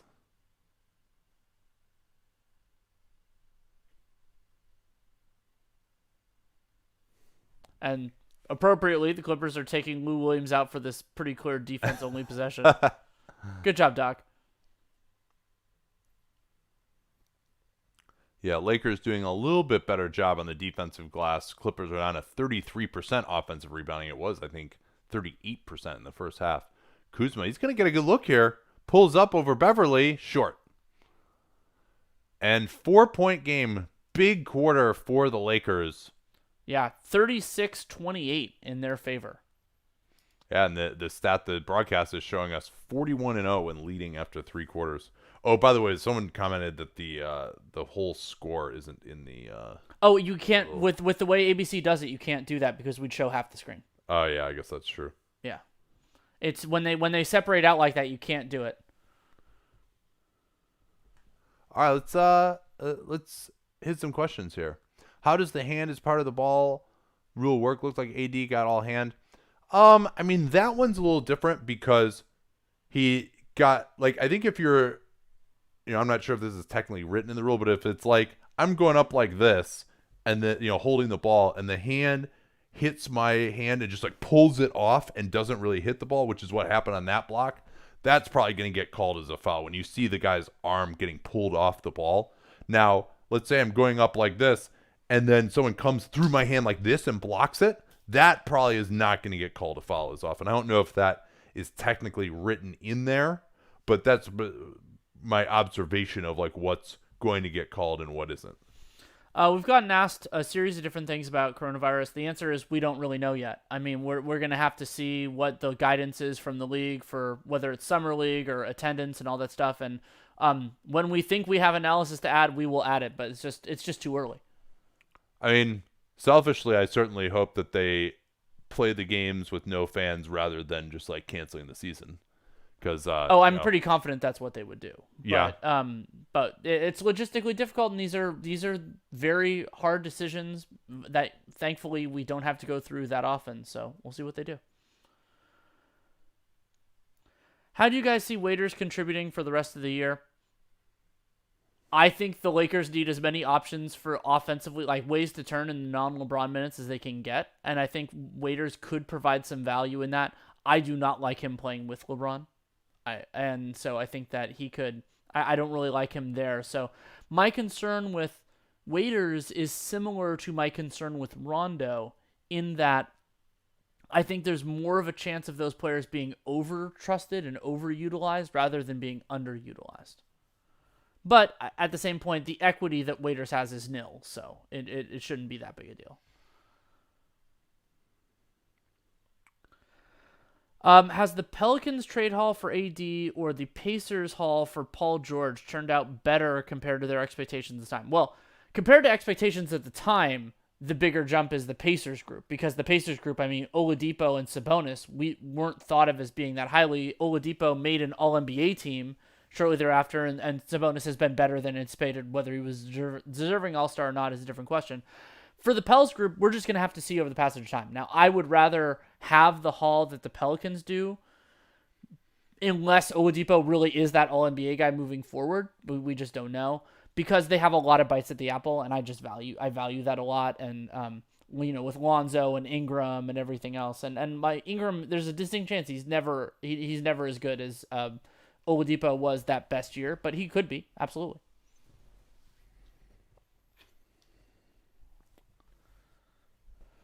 Was Waiters a good pick and roll player? I don't remember. I mean, he was great in Miami just because he drove a lot, and they really wanted to get a lot of drive and kick. Lakers don't quite have that, but he can hold up defensively better than Rondo, and he gives them someone who can get to the basket. He can't finish at the basket, but he can at least get some penetration. They run a double screen for KCP, and it looks like Markieff Morris. Or no, they're going to get Lou Williams on this foul? Yeah, just like running through Markieff Morris. Early fouls in the fourth quarter. We'll see if it happens. You've got Kawhi on the bench right now with Paul George. LeBron wants to attack Harrell one-on-one. Steps back for the three. Not a great shot, but he makes it. The Festus Ezeli Memorial three-pointer. A little bit further to the left, actually. But LeBron hasn't had success attacking Harrell and switches those first two games. So that's an encouraging sign for him. 7-point Lakers lead. How long is Doc going to be able to go with Kawhi and PG on the bench? Rondo doing a good job on Lou Williams. Got through the screen, but then commits a foul when he had him bottled up. And this is the second time in the game we've seen LeBron James on the floor and a pretty weak group of Clippers trying to defend him. I mean, you have smaller guys and then have Harrell out there. Now, Shamit's pass gets intercepted, and he commits the foul. I mean, he hasn't done much with the time that he's been allotted. That's true. But, shooters like him, they'll go through times like that where they miss a couple of shots. It seems like they're not doing anything. Their gravity doesn't show up in the box score necessarily. Now LeBron's in the post against JaMychal Green. Drives baseline, cut off nicely by Green. Still plenty of time, though. Now he wants to attack him on top and said this is an exhausting possession for LeBron. It's going to be that step back to his left again, and great defense by Green. But Kuzma got inside position on the rebound, and he's fouled. Let me see if I can catch who just missed him on the box out. Yeah, that would be Lou Williams.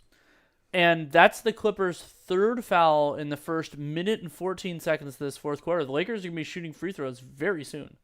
Yeah, and if you're Montrezl Harrell, you can't be happy there because he struggles on the defensive glass. He did a great job boxing out Markieff Morris, and nobody else boxed out. Morris now missing the three badly. Harrell's ahead of the field. LeBron switches onto him, though. Good communication in transition. Drive from Williams, blows past Rondo, stopped by James at the rim. James recovers the rebound. Everyone running for the Lakers, and good Euro foul by JaMychal Green, but they're getting close to the bonus here, Dan. The Lakers are in the bonus after on their next foul. That's 4, if I counted correctly. Beverly trying to antagonize LeBron. He's seen this act before.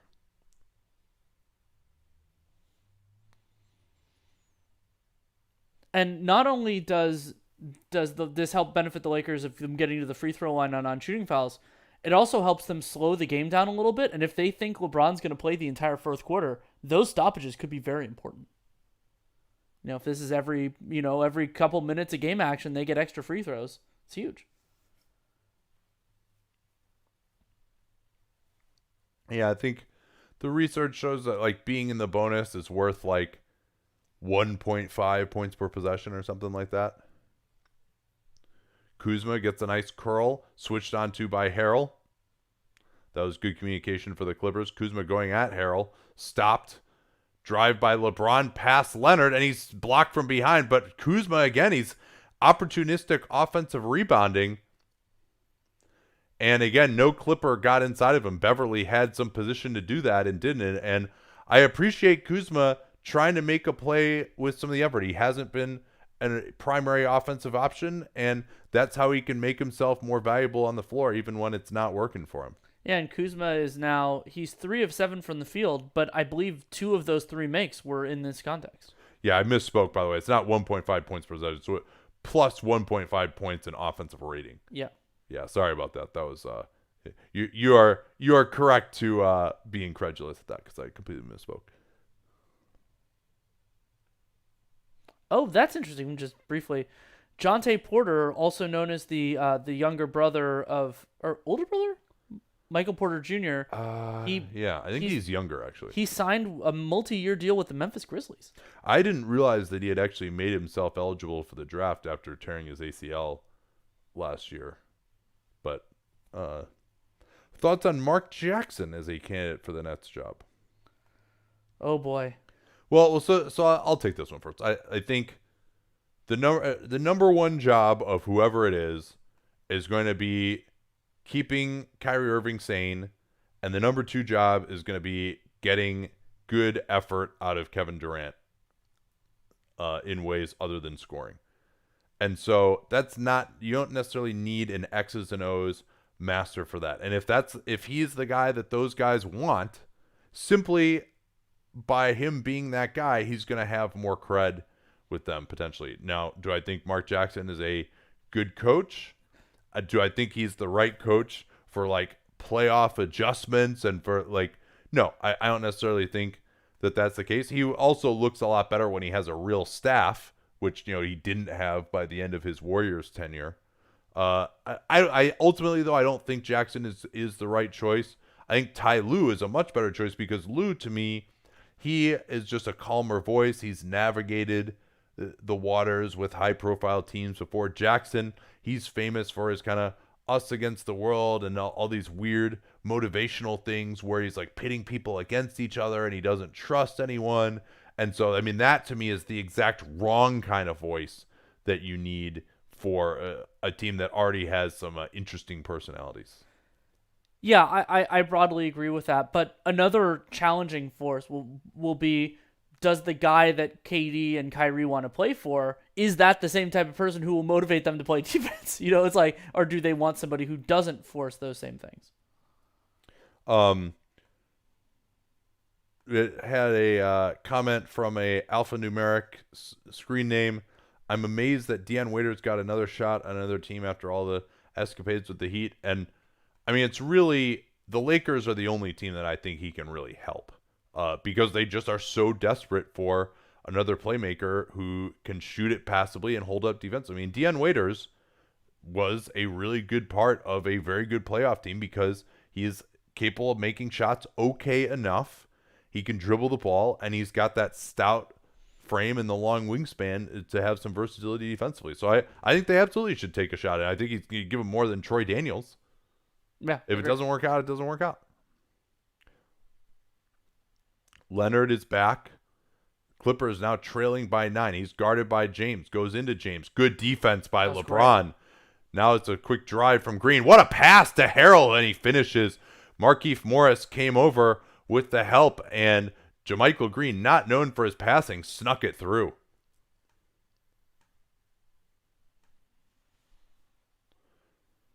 Rondo looking for LeBron on the post-up. Pick and roll, Rondo and LeBron. Tries to swing it. That was a ridiculous pass, and Rondo got lucky. He was called I don't think you should call a kick there. No, I mean, he's trying to just throw it through the guy. Like, I don't think Kawhi even was aware that the ball was there.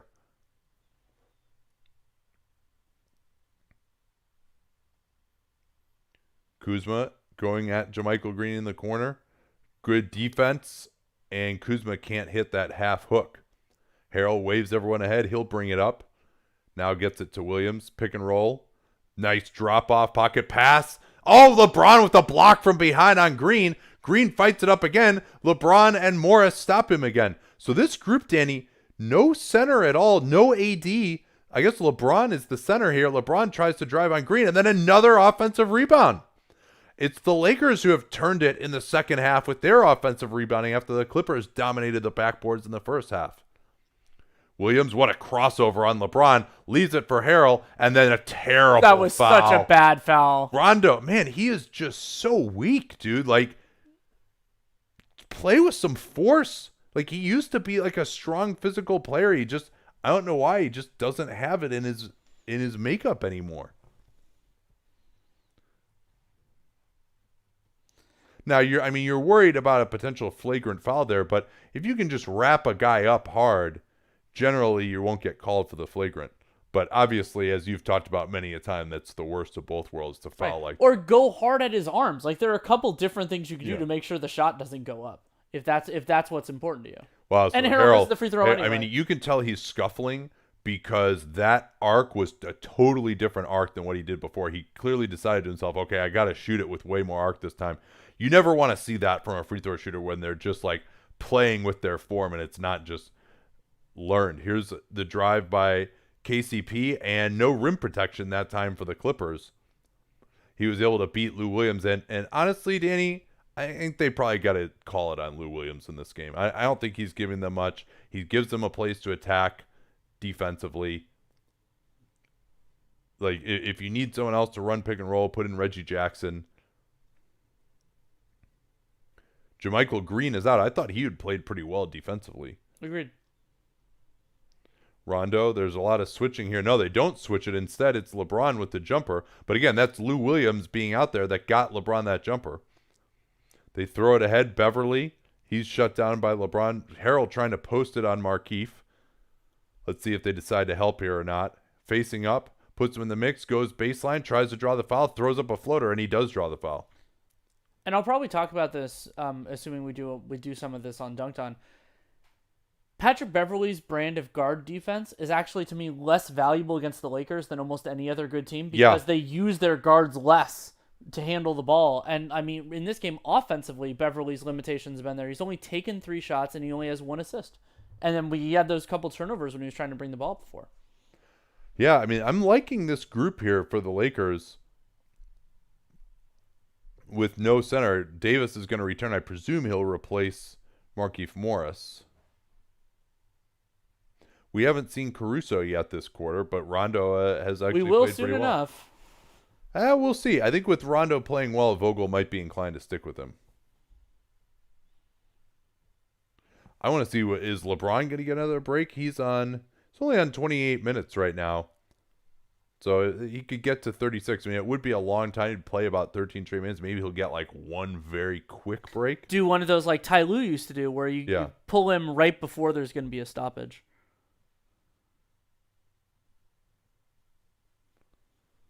Rondo pick and roll with AD, gets LeBron on the move. Morris's 3 from the right corner, and he has not found the range today. Marcus Morris is back for the Clippers. Harrell in the post against Markieff Morris. LeBron is in help position. Harrell waves him away and throws up the hook. That was an abysmal possession. Yeah. And that last shot was a bad shot too. They just bailed him out with the foul.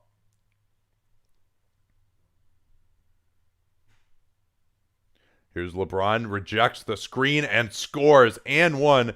And the Clippers' lack of rim protection is starting to become a problem here. Harrell is guarding Markieff Morris. He's never even close to reacting to that drive. And there's no one who's going to put a chest on LeBron at the rim. If he gets penetration, see Paul George is over there. He's not going to come over and block the shot. Very impressive game here for LA. Absolutely.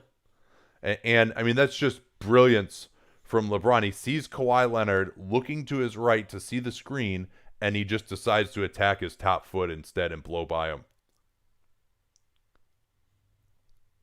Most encouraging thing about this game to me for the Lakers is LeBron James' scoring has been much better than it was in the 2 previous games. He's getting to the basket in ways that he just wasn't able to. And their defensive activity has been really good too.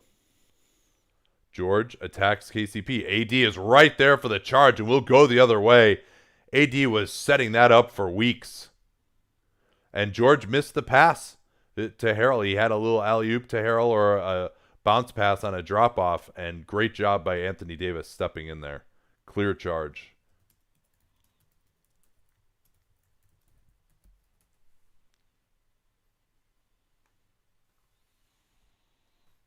And I mean, so it looks like we are going to see that LeBron break probably shortly before a stoppage. 10-point game. Clippers got to make some hay here now. KCP on the pick and pop. Drives past George. Here's Davis on his catch and shoot jumper. Another 12-point game. Another huge swing in this game. AD starting to hit his jump shot. First quarter he was missing some of them. They were forcing it a little bit, and then he got his feet under him, and he's been making them now. 28 points for AD, 10 of 18, and it hasn't like popped out at us as like, oh man, he's dominating, but he's only 1 point behind George for the leading scorer in this game. This is pretty amazing. AD, 4 shots in the restricted area, 4 shots from floater range, 6 mid-rangers, and 4 threes. So, if you had the Clippers in this game, from a betting perspective, you're not looking that great. But hopefully you found the line that you wanted to beforehand, and you could do that using bookies.com. Follow them at bookies on Twitter. Tell the people what they get at bookies.com. Why should you go there other than the fact that they're visionary enough to sponsor this non-traditional show? They're about knowledge, and so it's giving you the edge and knowledge to crush online bookies, spreads, money lines, Just totals. The online bookies, there's powder in my fists right now. And it's really spreads, money lines, totals, or parlays. There are a lot of different ways that you can engage in this, and bookies.com gives you all those options. And that information is where to place them, what to potentially do, and where you can get the best line possible, best sign-up bonuses. You can get all of that at bookies.com/NBA. So you can just bookmark that page, go there whenever you're thinking about it, and then you don't have to search around trying to find the best deal, trying to find the best way to make your wager.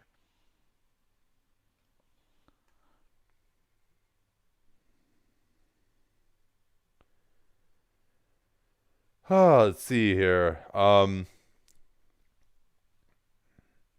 a ton of questions yet right now. So let's see. What can we lock in on? I think that's a fair one. Why doesn't Kawhi take over on offense? He could go into that mode where he creates a shot. I think they've needed to turn more to Kawhi. And some of that is also they've had more offense-centric players like Lou Williams and Harrell on the floor. I think that you want to minimize those guys when you have Kawhi and Paul George out there because you don't need them as much. Thanks to those in the comments who are helping out with some of the tech stuff. Appreciate that. For those of you who are new, trying to sync up. So this is crazy, Danny. And you remember how bad the Lakers were offensively in the first half. Now they're up to 99 points on 88 possessions. Wow. 113 offensive rating. And yeah, I think these are teams that have a lot of options, and their coaches are going to have to make some hard choices. And Rondo playing better in the second half, maybe that's going to be a bad thing ultimately for the Lakers, or maybe he'll continue to play well enough. I think you guys know what my prediction on that would be. But Lou Williams as well, I mean, really just hasn't had much of an impact, and he gives the Lakers a place to attack, especially LeBron James is just so smart going after that weak link. The Clippers, we haven't seen them really go to an all-switching lineup. I think it's also interesting that we've seen Kawhi and LeBron with the primary matchup on one another fairly regularly here. Absolutely. And, maybe the Clippers might think about going with Marcus Morris there instead. But then your problem is that leaves Kawhi or Paul George guarding AD. They want to have Morris as the power forward guarding AD. Similar group here for the Clippers. Finally, Leonard hits a three. They needed that desperately. KCP just laid off of Leonard and let him shoot that. They want to bring KCP out of the corner on a wide pin down. Lou Williams did a good job actually getting through that screen. They ran that same play that they ran earlier where Rondo threw the alley-oop to AD and he couldn't finish it. But that time they shut it down. Here's Bradley's three-pointer. Can't get that. Oh, and Harrell failed to box out. And it was only luck that enables the Clippers to retain possession. Yeah, that's the kind of play where you see they really struggle defensive rebounding when Harrell is on the floor.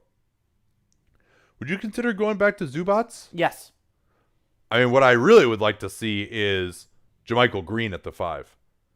Leonard on the drive. Marcus Morris, can he finally hit a 3? No. Harrell on the offensive glass over Markieff Morris, who, I think Morris has been, and Morris clearly wrapped him with the arm. I think Markieff Morris has been good to the theory of what the Lakers are trying to do, but I don't know that he himself has actually played that well. And he's going to sit down right now. No Dwight Howard at all here in this half. And Paul George tries to go through the arm of Bradley, and with the Clippers in the bonus, this will be free throws. Yeah, it's 2 shots instead of 3. I don't know if Paul George's foot ended up behind the line, but still 2 free throws. So Danny Green, he hasn't done much today. Yeah. He's probably not going to close this one either. We'll see if Patrick Beverly comes back. Some very different configurations in this one. Yeah, I mean, to me, the Clippers need to win this game defensively right now. Yeah. They're And you stand by this, and I agree with you that comebacks are fueled on the defensive end. Yeah, because you get stops, you can get those feedback loops that you're rightly so fond of discussing. Couple of free throws from George. Clippers back into contact here, down 7. So they've got George guarding Rondo. They've got Kawhi guarding LeBron, and Harrell is on AD. They try to screen AD. He leaves Rondo open in the corner for a 3, misses that. I think they were trying to get Harrell out of the action, but Harrell had no idea where to go. Kawhi trying to put KCP in the mix. Tries to go through his arm, successfully does so. We'll have more free throws here. And so this is now looking like it could be a 7-0 run from the Clippers. They trailed at 99-87.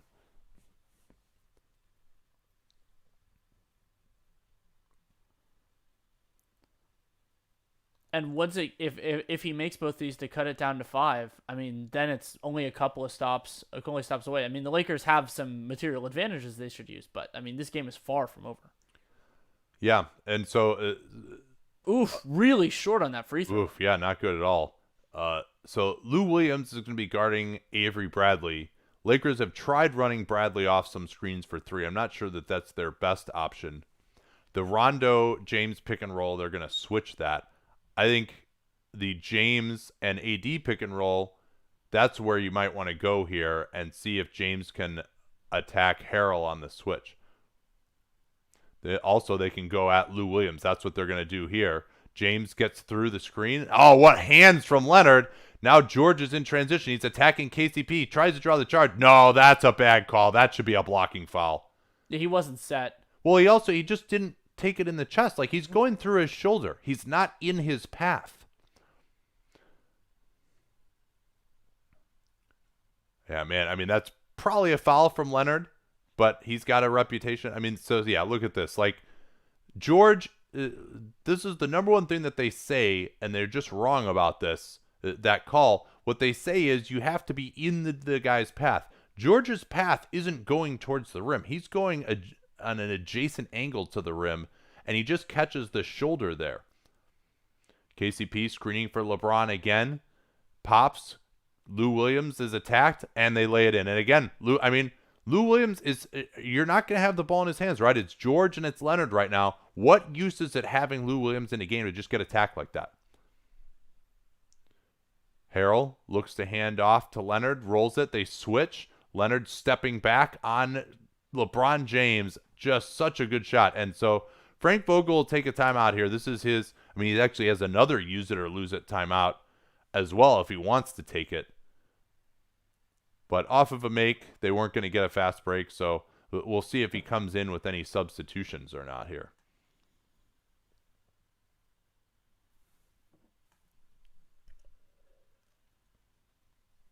Yeah, this is really, these teams have a lot of viable options, and it's fascinating to see where these coaches are going to go. Yeah, I firmly agree with that.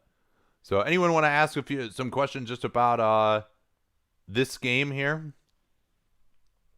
What was my free throw percentage? I was over 80% when I was in high school. When I really practice them a lot, like if I went to a gym now and shot them, I'd probably shoot 50%, but I would catch up to being much better than that if I just press them a lot. That was actually the biggest thing that I practiced before the media game was free throws. I think I would because especially knowing that each free throw is going to be 2 points. That's right.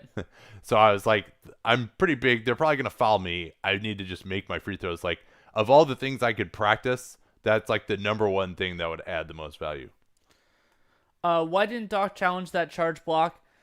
A lot of times, you think about what the threshold is. They're low on timeouts too. Yeah, and they're low on timeouts, and especially if it's a judgment call that wasn't clear cut. then it can be hard to. No, I don't think he would have had a better than 50% chance of getting that overturned. Okay, we're back. 101.95, 4:10 left in the quarter. LeBron, they do switch this now. So we see that matchup of Harrell on LeBron. Danny Green is back for Rondo for the Lakers. Here's Avery Bradley on the pick and pop, and it goes down. And hey, who did they go after again, Danny? One Lou Williams. Now, Lou, I mean, at least they're going to use him offensively here, apparently. But yeah, this is one of those plays where, Shamet even would be a better option here to me than Lou Williams. They'll switch this pick and roll. Leonard, down 9, attacks KCP. Help comes from AD. Did he get outside the lane? He did not. And did that go in? I don't think it did. No, but it is going to be a blocking foul. 5th personal foul on Davis. I couldn't really get a good look at whether not only was that Lou area. Williams, that was Lou Williams and Montrezl Harrell, the combination of them, which is so dangerous in pick and roll on one end, also dangerous on pick and roll on the other end. Yeah, no, it's a great way to put it.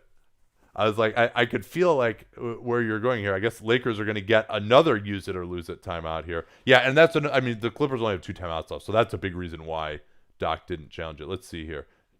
Yeah, AD not outside the restricted area. Ian got there late to me, remember it's supposed to be when the offensive player takes off, not when the contact occurs. Yeah, and he's still moving forward there as well. Quick little score update for the other games that are going on. The Nets beat the Bulls by 3, and the Pelicans are up 115-103 on the Timberwolves with 2 minutes to go. Then we're going to get another batch of games that start basically when this one ends. Is this game making you lose some faith in the Clippers guard rotation? I mean, lose some faith in the players or the way they're being used? The latter. Yeah, I mean, I do think there's a very good argument that going to JaMychal Green, and they're going to lose this challenge. They better, because his feet are not outside the restricted area. Yeah, that left foot.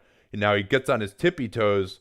They changed the rule on that probably about 10 years ago now, where you can't just lift your heels off the restricted area to not be in it anymore. Like it's where your feet actually are. Yeah, it's not like your heels if you're out of bounds shooting a shot. Yeah. Now this is, I mean, you can say, hey, you could take Lou Williams out here, and this is the regular season. They're not going to catch the Lakers. You do want to get Lou Williams some practice at this stuff. You want to see whether he can hold up or not. So this, if you're trying to win this game, yes, I probably would take Lou out. He's not doing that much offensively. I mean, my unit right now would probably be Shamet, George, Kawhi, Morris, JaMychal Green. That's what I would probably be going for.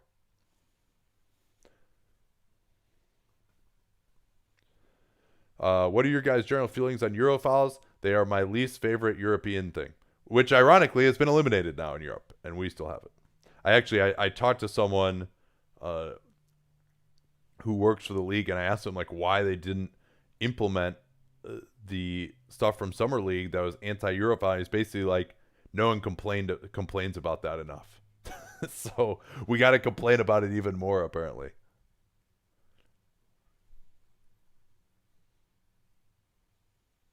If I still wrote something, that would be I'd probably have more of a platform.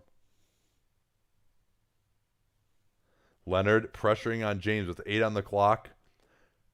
Goes at him. Help comes from Harrell. Good pass to the corner, but Bradley is stopped by George on a great closeout, and they're going to say this is Clippers ball. Danny Green wants to review the out of bounds, but it would have been a shot clock violation anyway. Danny Green wants to review a lot of things. 7-point game. Clippers basically got to pitch a perfect game from here on out. They've got 6 or 7 possessions left to work with here with 3:10 remaining. Leonard pick and roll. They takes that 3. That's a good shot. Misses it though. Morris can't rebound over Green, and Lakers are going to burn a little more clock here. If they can get one more bucket, that'll come pretty close to salting it away. They're going to try and engage Lou again. They're also, the Clippers aren't even trying to pre-switch this at all. They're not doing a good enough job here. Now they're just going to put Lou onto LeBron and then help. That's the change. And AD with the massive reverse slam. Well, the Clippers are not Don Larson. Yeah, and it's all been going at Lou Williams. The Lakers have not fucked around here in this fourth quarter. Kawhi, Marcus Morris, well contested by Green. That's short. Morris recovers. Lou Williams run off the three. Now he takes it, and it's way short. Harrell being bothered by LeBron. LeBron on the floor. He traveled clear. That was a travel. You can't get up like that off the ground. But they didn't call it, and they're going to get a offensive foul on Bradley. He can't believe it. Yeah, I guess he shoved off with the left arm into Lou Williams. That's Lou's biggest contribution in about 15 minutes.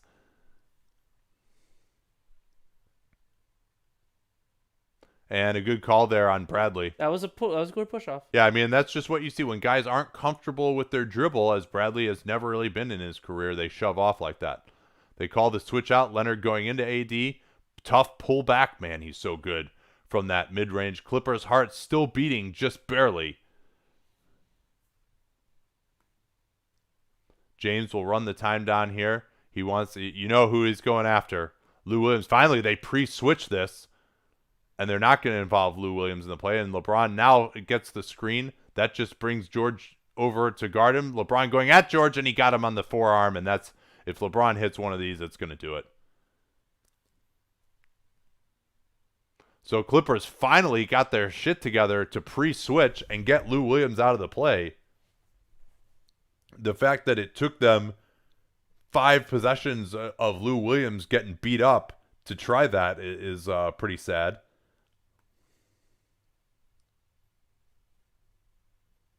James, perfect on that first free throw, pushing it to an 8-point Laker margin. Yeah, watch this. This is a clear travel, right? Yeah, I mean, he takes 2 steps to get up. That's a walk.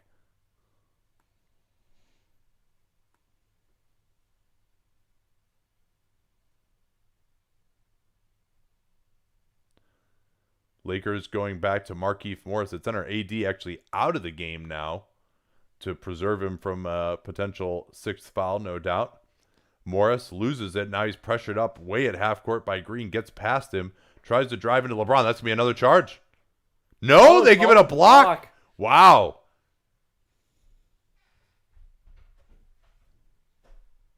Surprising. Maybe it's that LeBron didn't have his feet parallel to the path of Morris. Yeah, I mean, that is a blocking foul. As right. As the rule should be called, that's a block. Yeah. And he's still moving. I'm surprised because, I mean, just looking at it from the side, it seemed like LeBron was just timing him up for so long. And they are going to review this here. They can review these plays to see whenever there's a question of whether he's going to be in the restricted area or not, they can review this. To me, he's not in the restricted area, but he is clearly still moving forward into Morris. So this is a good call. So freeze it right there, and then he's moving to his left. It's hard to see from that angle. It's the opposite angle that you want to see. Well, and part of why I think the officials miss these calls sometimes is they're looking at the guy's feet. Right? Like LeBron, he jumps forward, his feet are stationary, and one of the things they're looking at is, are his feet outside the restricted area? But if you can jump there, but if your momentum of your body is still moving forward into the guy, even though you've come to that jump stop, it should still be a blocking foul. And that appears to be what's being explained also, that he was still moving to his left is what the official was miming out there for the broadcast crew.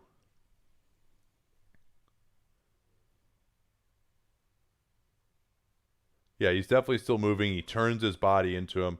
By the way, pretty ridiculous that the rules incentivize LeBron, who is one of the really good shot blockers at that position in the NBA, to instead try to smash into Marquise Morris or into Marcus Morris and fall down. I conflated Marcus and Markieff. I just combined them into one entity there, apparently. So Marquise. I like it. That's how they negotiated their contract, so it's fair enough. Yeah, Marcus Morris, a real struggle for him from outside in this one. And, I mean, you don't hit the panic button for the Clippers. They're 6 of 28 from 3. And granted, Lakers are 10 out of 35 themselves. Morris misses that. AD is back. He'll get the rebound. That first free throw was the first shot Marcus Morris has made in this entire game. From any distance. finally Lou Williams mercifully is out of the game.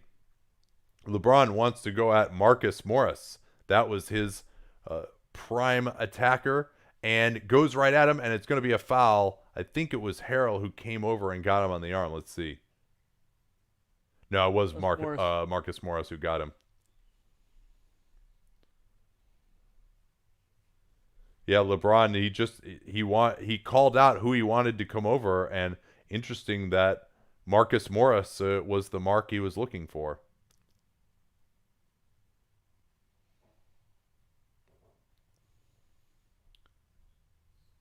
LeBron has been ice on these free throws late. Lou Williams is back for Patrick Beverley. And really, again, I just don't understand why Lou Williams is out there unless you're giving him the ball. This is not new for the Clippers. I talked about this with Jovan way back on their preview podcast that we did together of, all right, if you're not going to give Lou the ball, why have him out there? You know, Patrick Beverley, to me, is probably a better spot-up shooter, or Shamet is as well. And obviously, both are better defensively. 9-point game. Not a ton of alacrity to this Clippers action. George's three is off, rebounded by Morris, and that's going to do it. And the Lakers should feel really good about this win, even if there's some reasons to say it's not skies falling for the Clippers. Also, look at this. Fans on their feet at a Clippers home game applauding the Lakers. LeBron going right at Morris, and man, he has made mincemeat out of Marcus Morris on these last couple of possessions. And we had questions, Danny, about whether LeBron could beat the Clippers off of switches. He has proved to me today that he can. Absolutely. I mean, there aren't that many people who can credibly guard LeBron James, and we'll have to see if Marcus Morris is still on that list. He might not be. Well, keep in mind, too, they have no help right now. Right. And I think if you're the Clippers, you got to do a better job of making, Markieff Morris beat you from the outside. LeBron, again, man, he is locked in on these free throws. So I think we could probably call it here. Yeah. But you know what? How do you feel about just doing like a quick pod after this? We'll just release it to Patreon subscribers. We can do that. Like 10 minutes or so on this. So especially because we didn't mention it the entire day, right? Yeah. Patreon.com/Duncan LaRue is where you can get our show notes, some of the data that we use to back up some of our selections on like the awards, our salary sheets. Subscriber only podcasts, at least one a month. Mailbags usually, but we've done gamers. We try out other ideas. We try to do the coolest stuff we can, and it's a great way to support it. Of course, you can also support us, bookies.com, listening to Dunked On, and we'll be back next Sunday, right? I think it's Monday, isn't it? No, Sunday. Oh yeah, Sunday is the replay of Blazers Rockets, a classic from last year. And we're going to be on the NBA's Twitch channel, twitch.com/NBA. But you actually get to watch a game all in the same window, no syncing up. If you have any thoughts on how we should actually do that, because it's an old game, do we call it as if we're like coming in fresh? Should kind of do a hybrid? It's going to be interesting how to do that. But that is going to be at, what time is that going to be at? I think it's at like 11. It's an hour. It's like an hour and a half before Rockets. I think it's at 11 Pacific. Yeah, that's right. 11 Pacific. Thanks. That's exactly what it is. But then our next NBA cast will be Mavericks at Clippers on Monday the 16th. That is a 7:30 Pacific, 10:30 Eastern start. So sorry to all you wonderful Europeans. It'll be not at a great time. Yeah, I think we'll have a few more Sunday ones, and obviously we'll do them during the playoffs as well. All right, we'll catch you all next week. Till then.